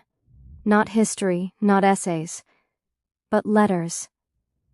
Dear Sebastian, I walked past a violinist today. He played the melody you hummed in the rose garden. You would have scolded his tempo, but I liked it. It felt like sunlight. You would have hated that. Dear Celeste, you were more than a memory, more than tragedy. Thank you for releasing me. I wear my own name now. Dear Claire, you were broken. So was I. But we are healing, slowly, kindly. She tucked them inside the vampire's diary, now brimming with her own handwriting. One story layered over another, no longer just his story, but theirs, hers. Time passed. The city changed colors. Autumn wrapped Lichen Ridge in gold and fire. The river glittered in morning frost. Shopkeepers put out lanterns and cider, and Clarissa found herself smiling more easily. She danced sometimes, in the quiet of her apartment. Barefoot, no music, only the memory of a waltz. One evening, as night folded over the rooftops, Clarissa stepped outside. A violinist was playing on the corner. She paused. The melody was simple and beautiful. She closed her eyes, and for the first time since the castle fell, she didn't see Sebastian's death. She saw his life, his laughter, his voice in the hallway, his eyes not red but kind, and then she felt it, not grief, not longing, but peace, soft, gentle, like the last note of a song long remembered. She whispered, "To the wind, to the stars, I loved you, and I will carry you, but I will not be haunted by you." She turned, and for the first time she didn't look back. The night embraced her, the city kept singing, and Clarissa Leclair, no longer Celeste, no longer Claire, walked forward, whole and free. Thank you so much for tuning in. If you enjoyed this story, please give it a like and share your thoughts in the comments. It really helps the channel grow. I'm already working on the next story, but I'd love your input. Is there a trope, plot twist, or character type you've been wanting to see? Drop your ideas in the comments. I'd love to hear from you. Love, Cauliflower.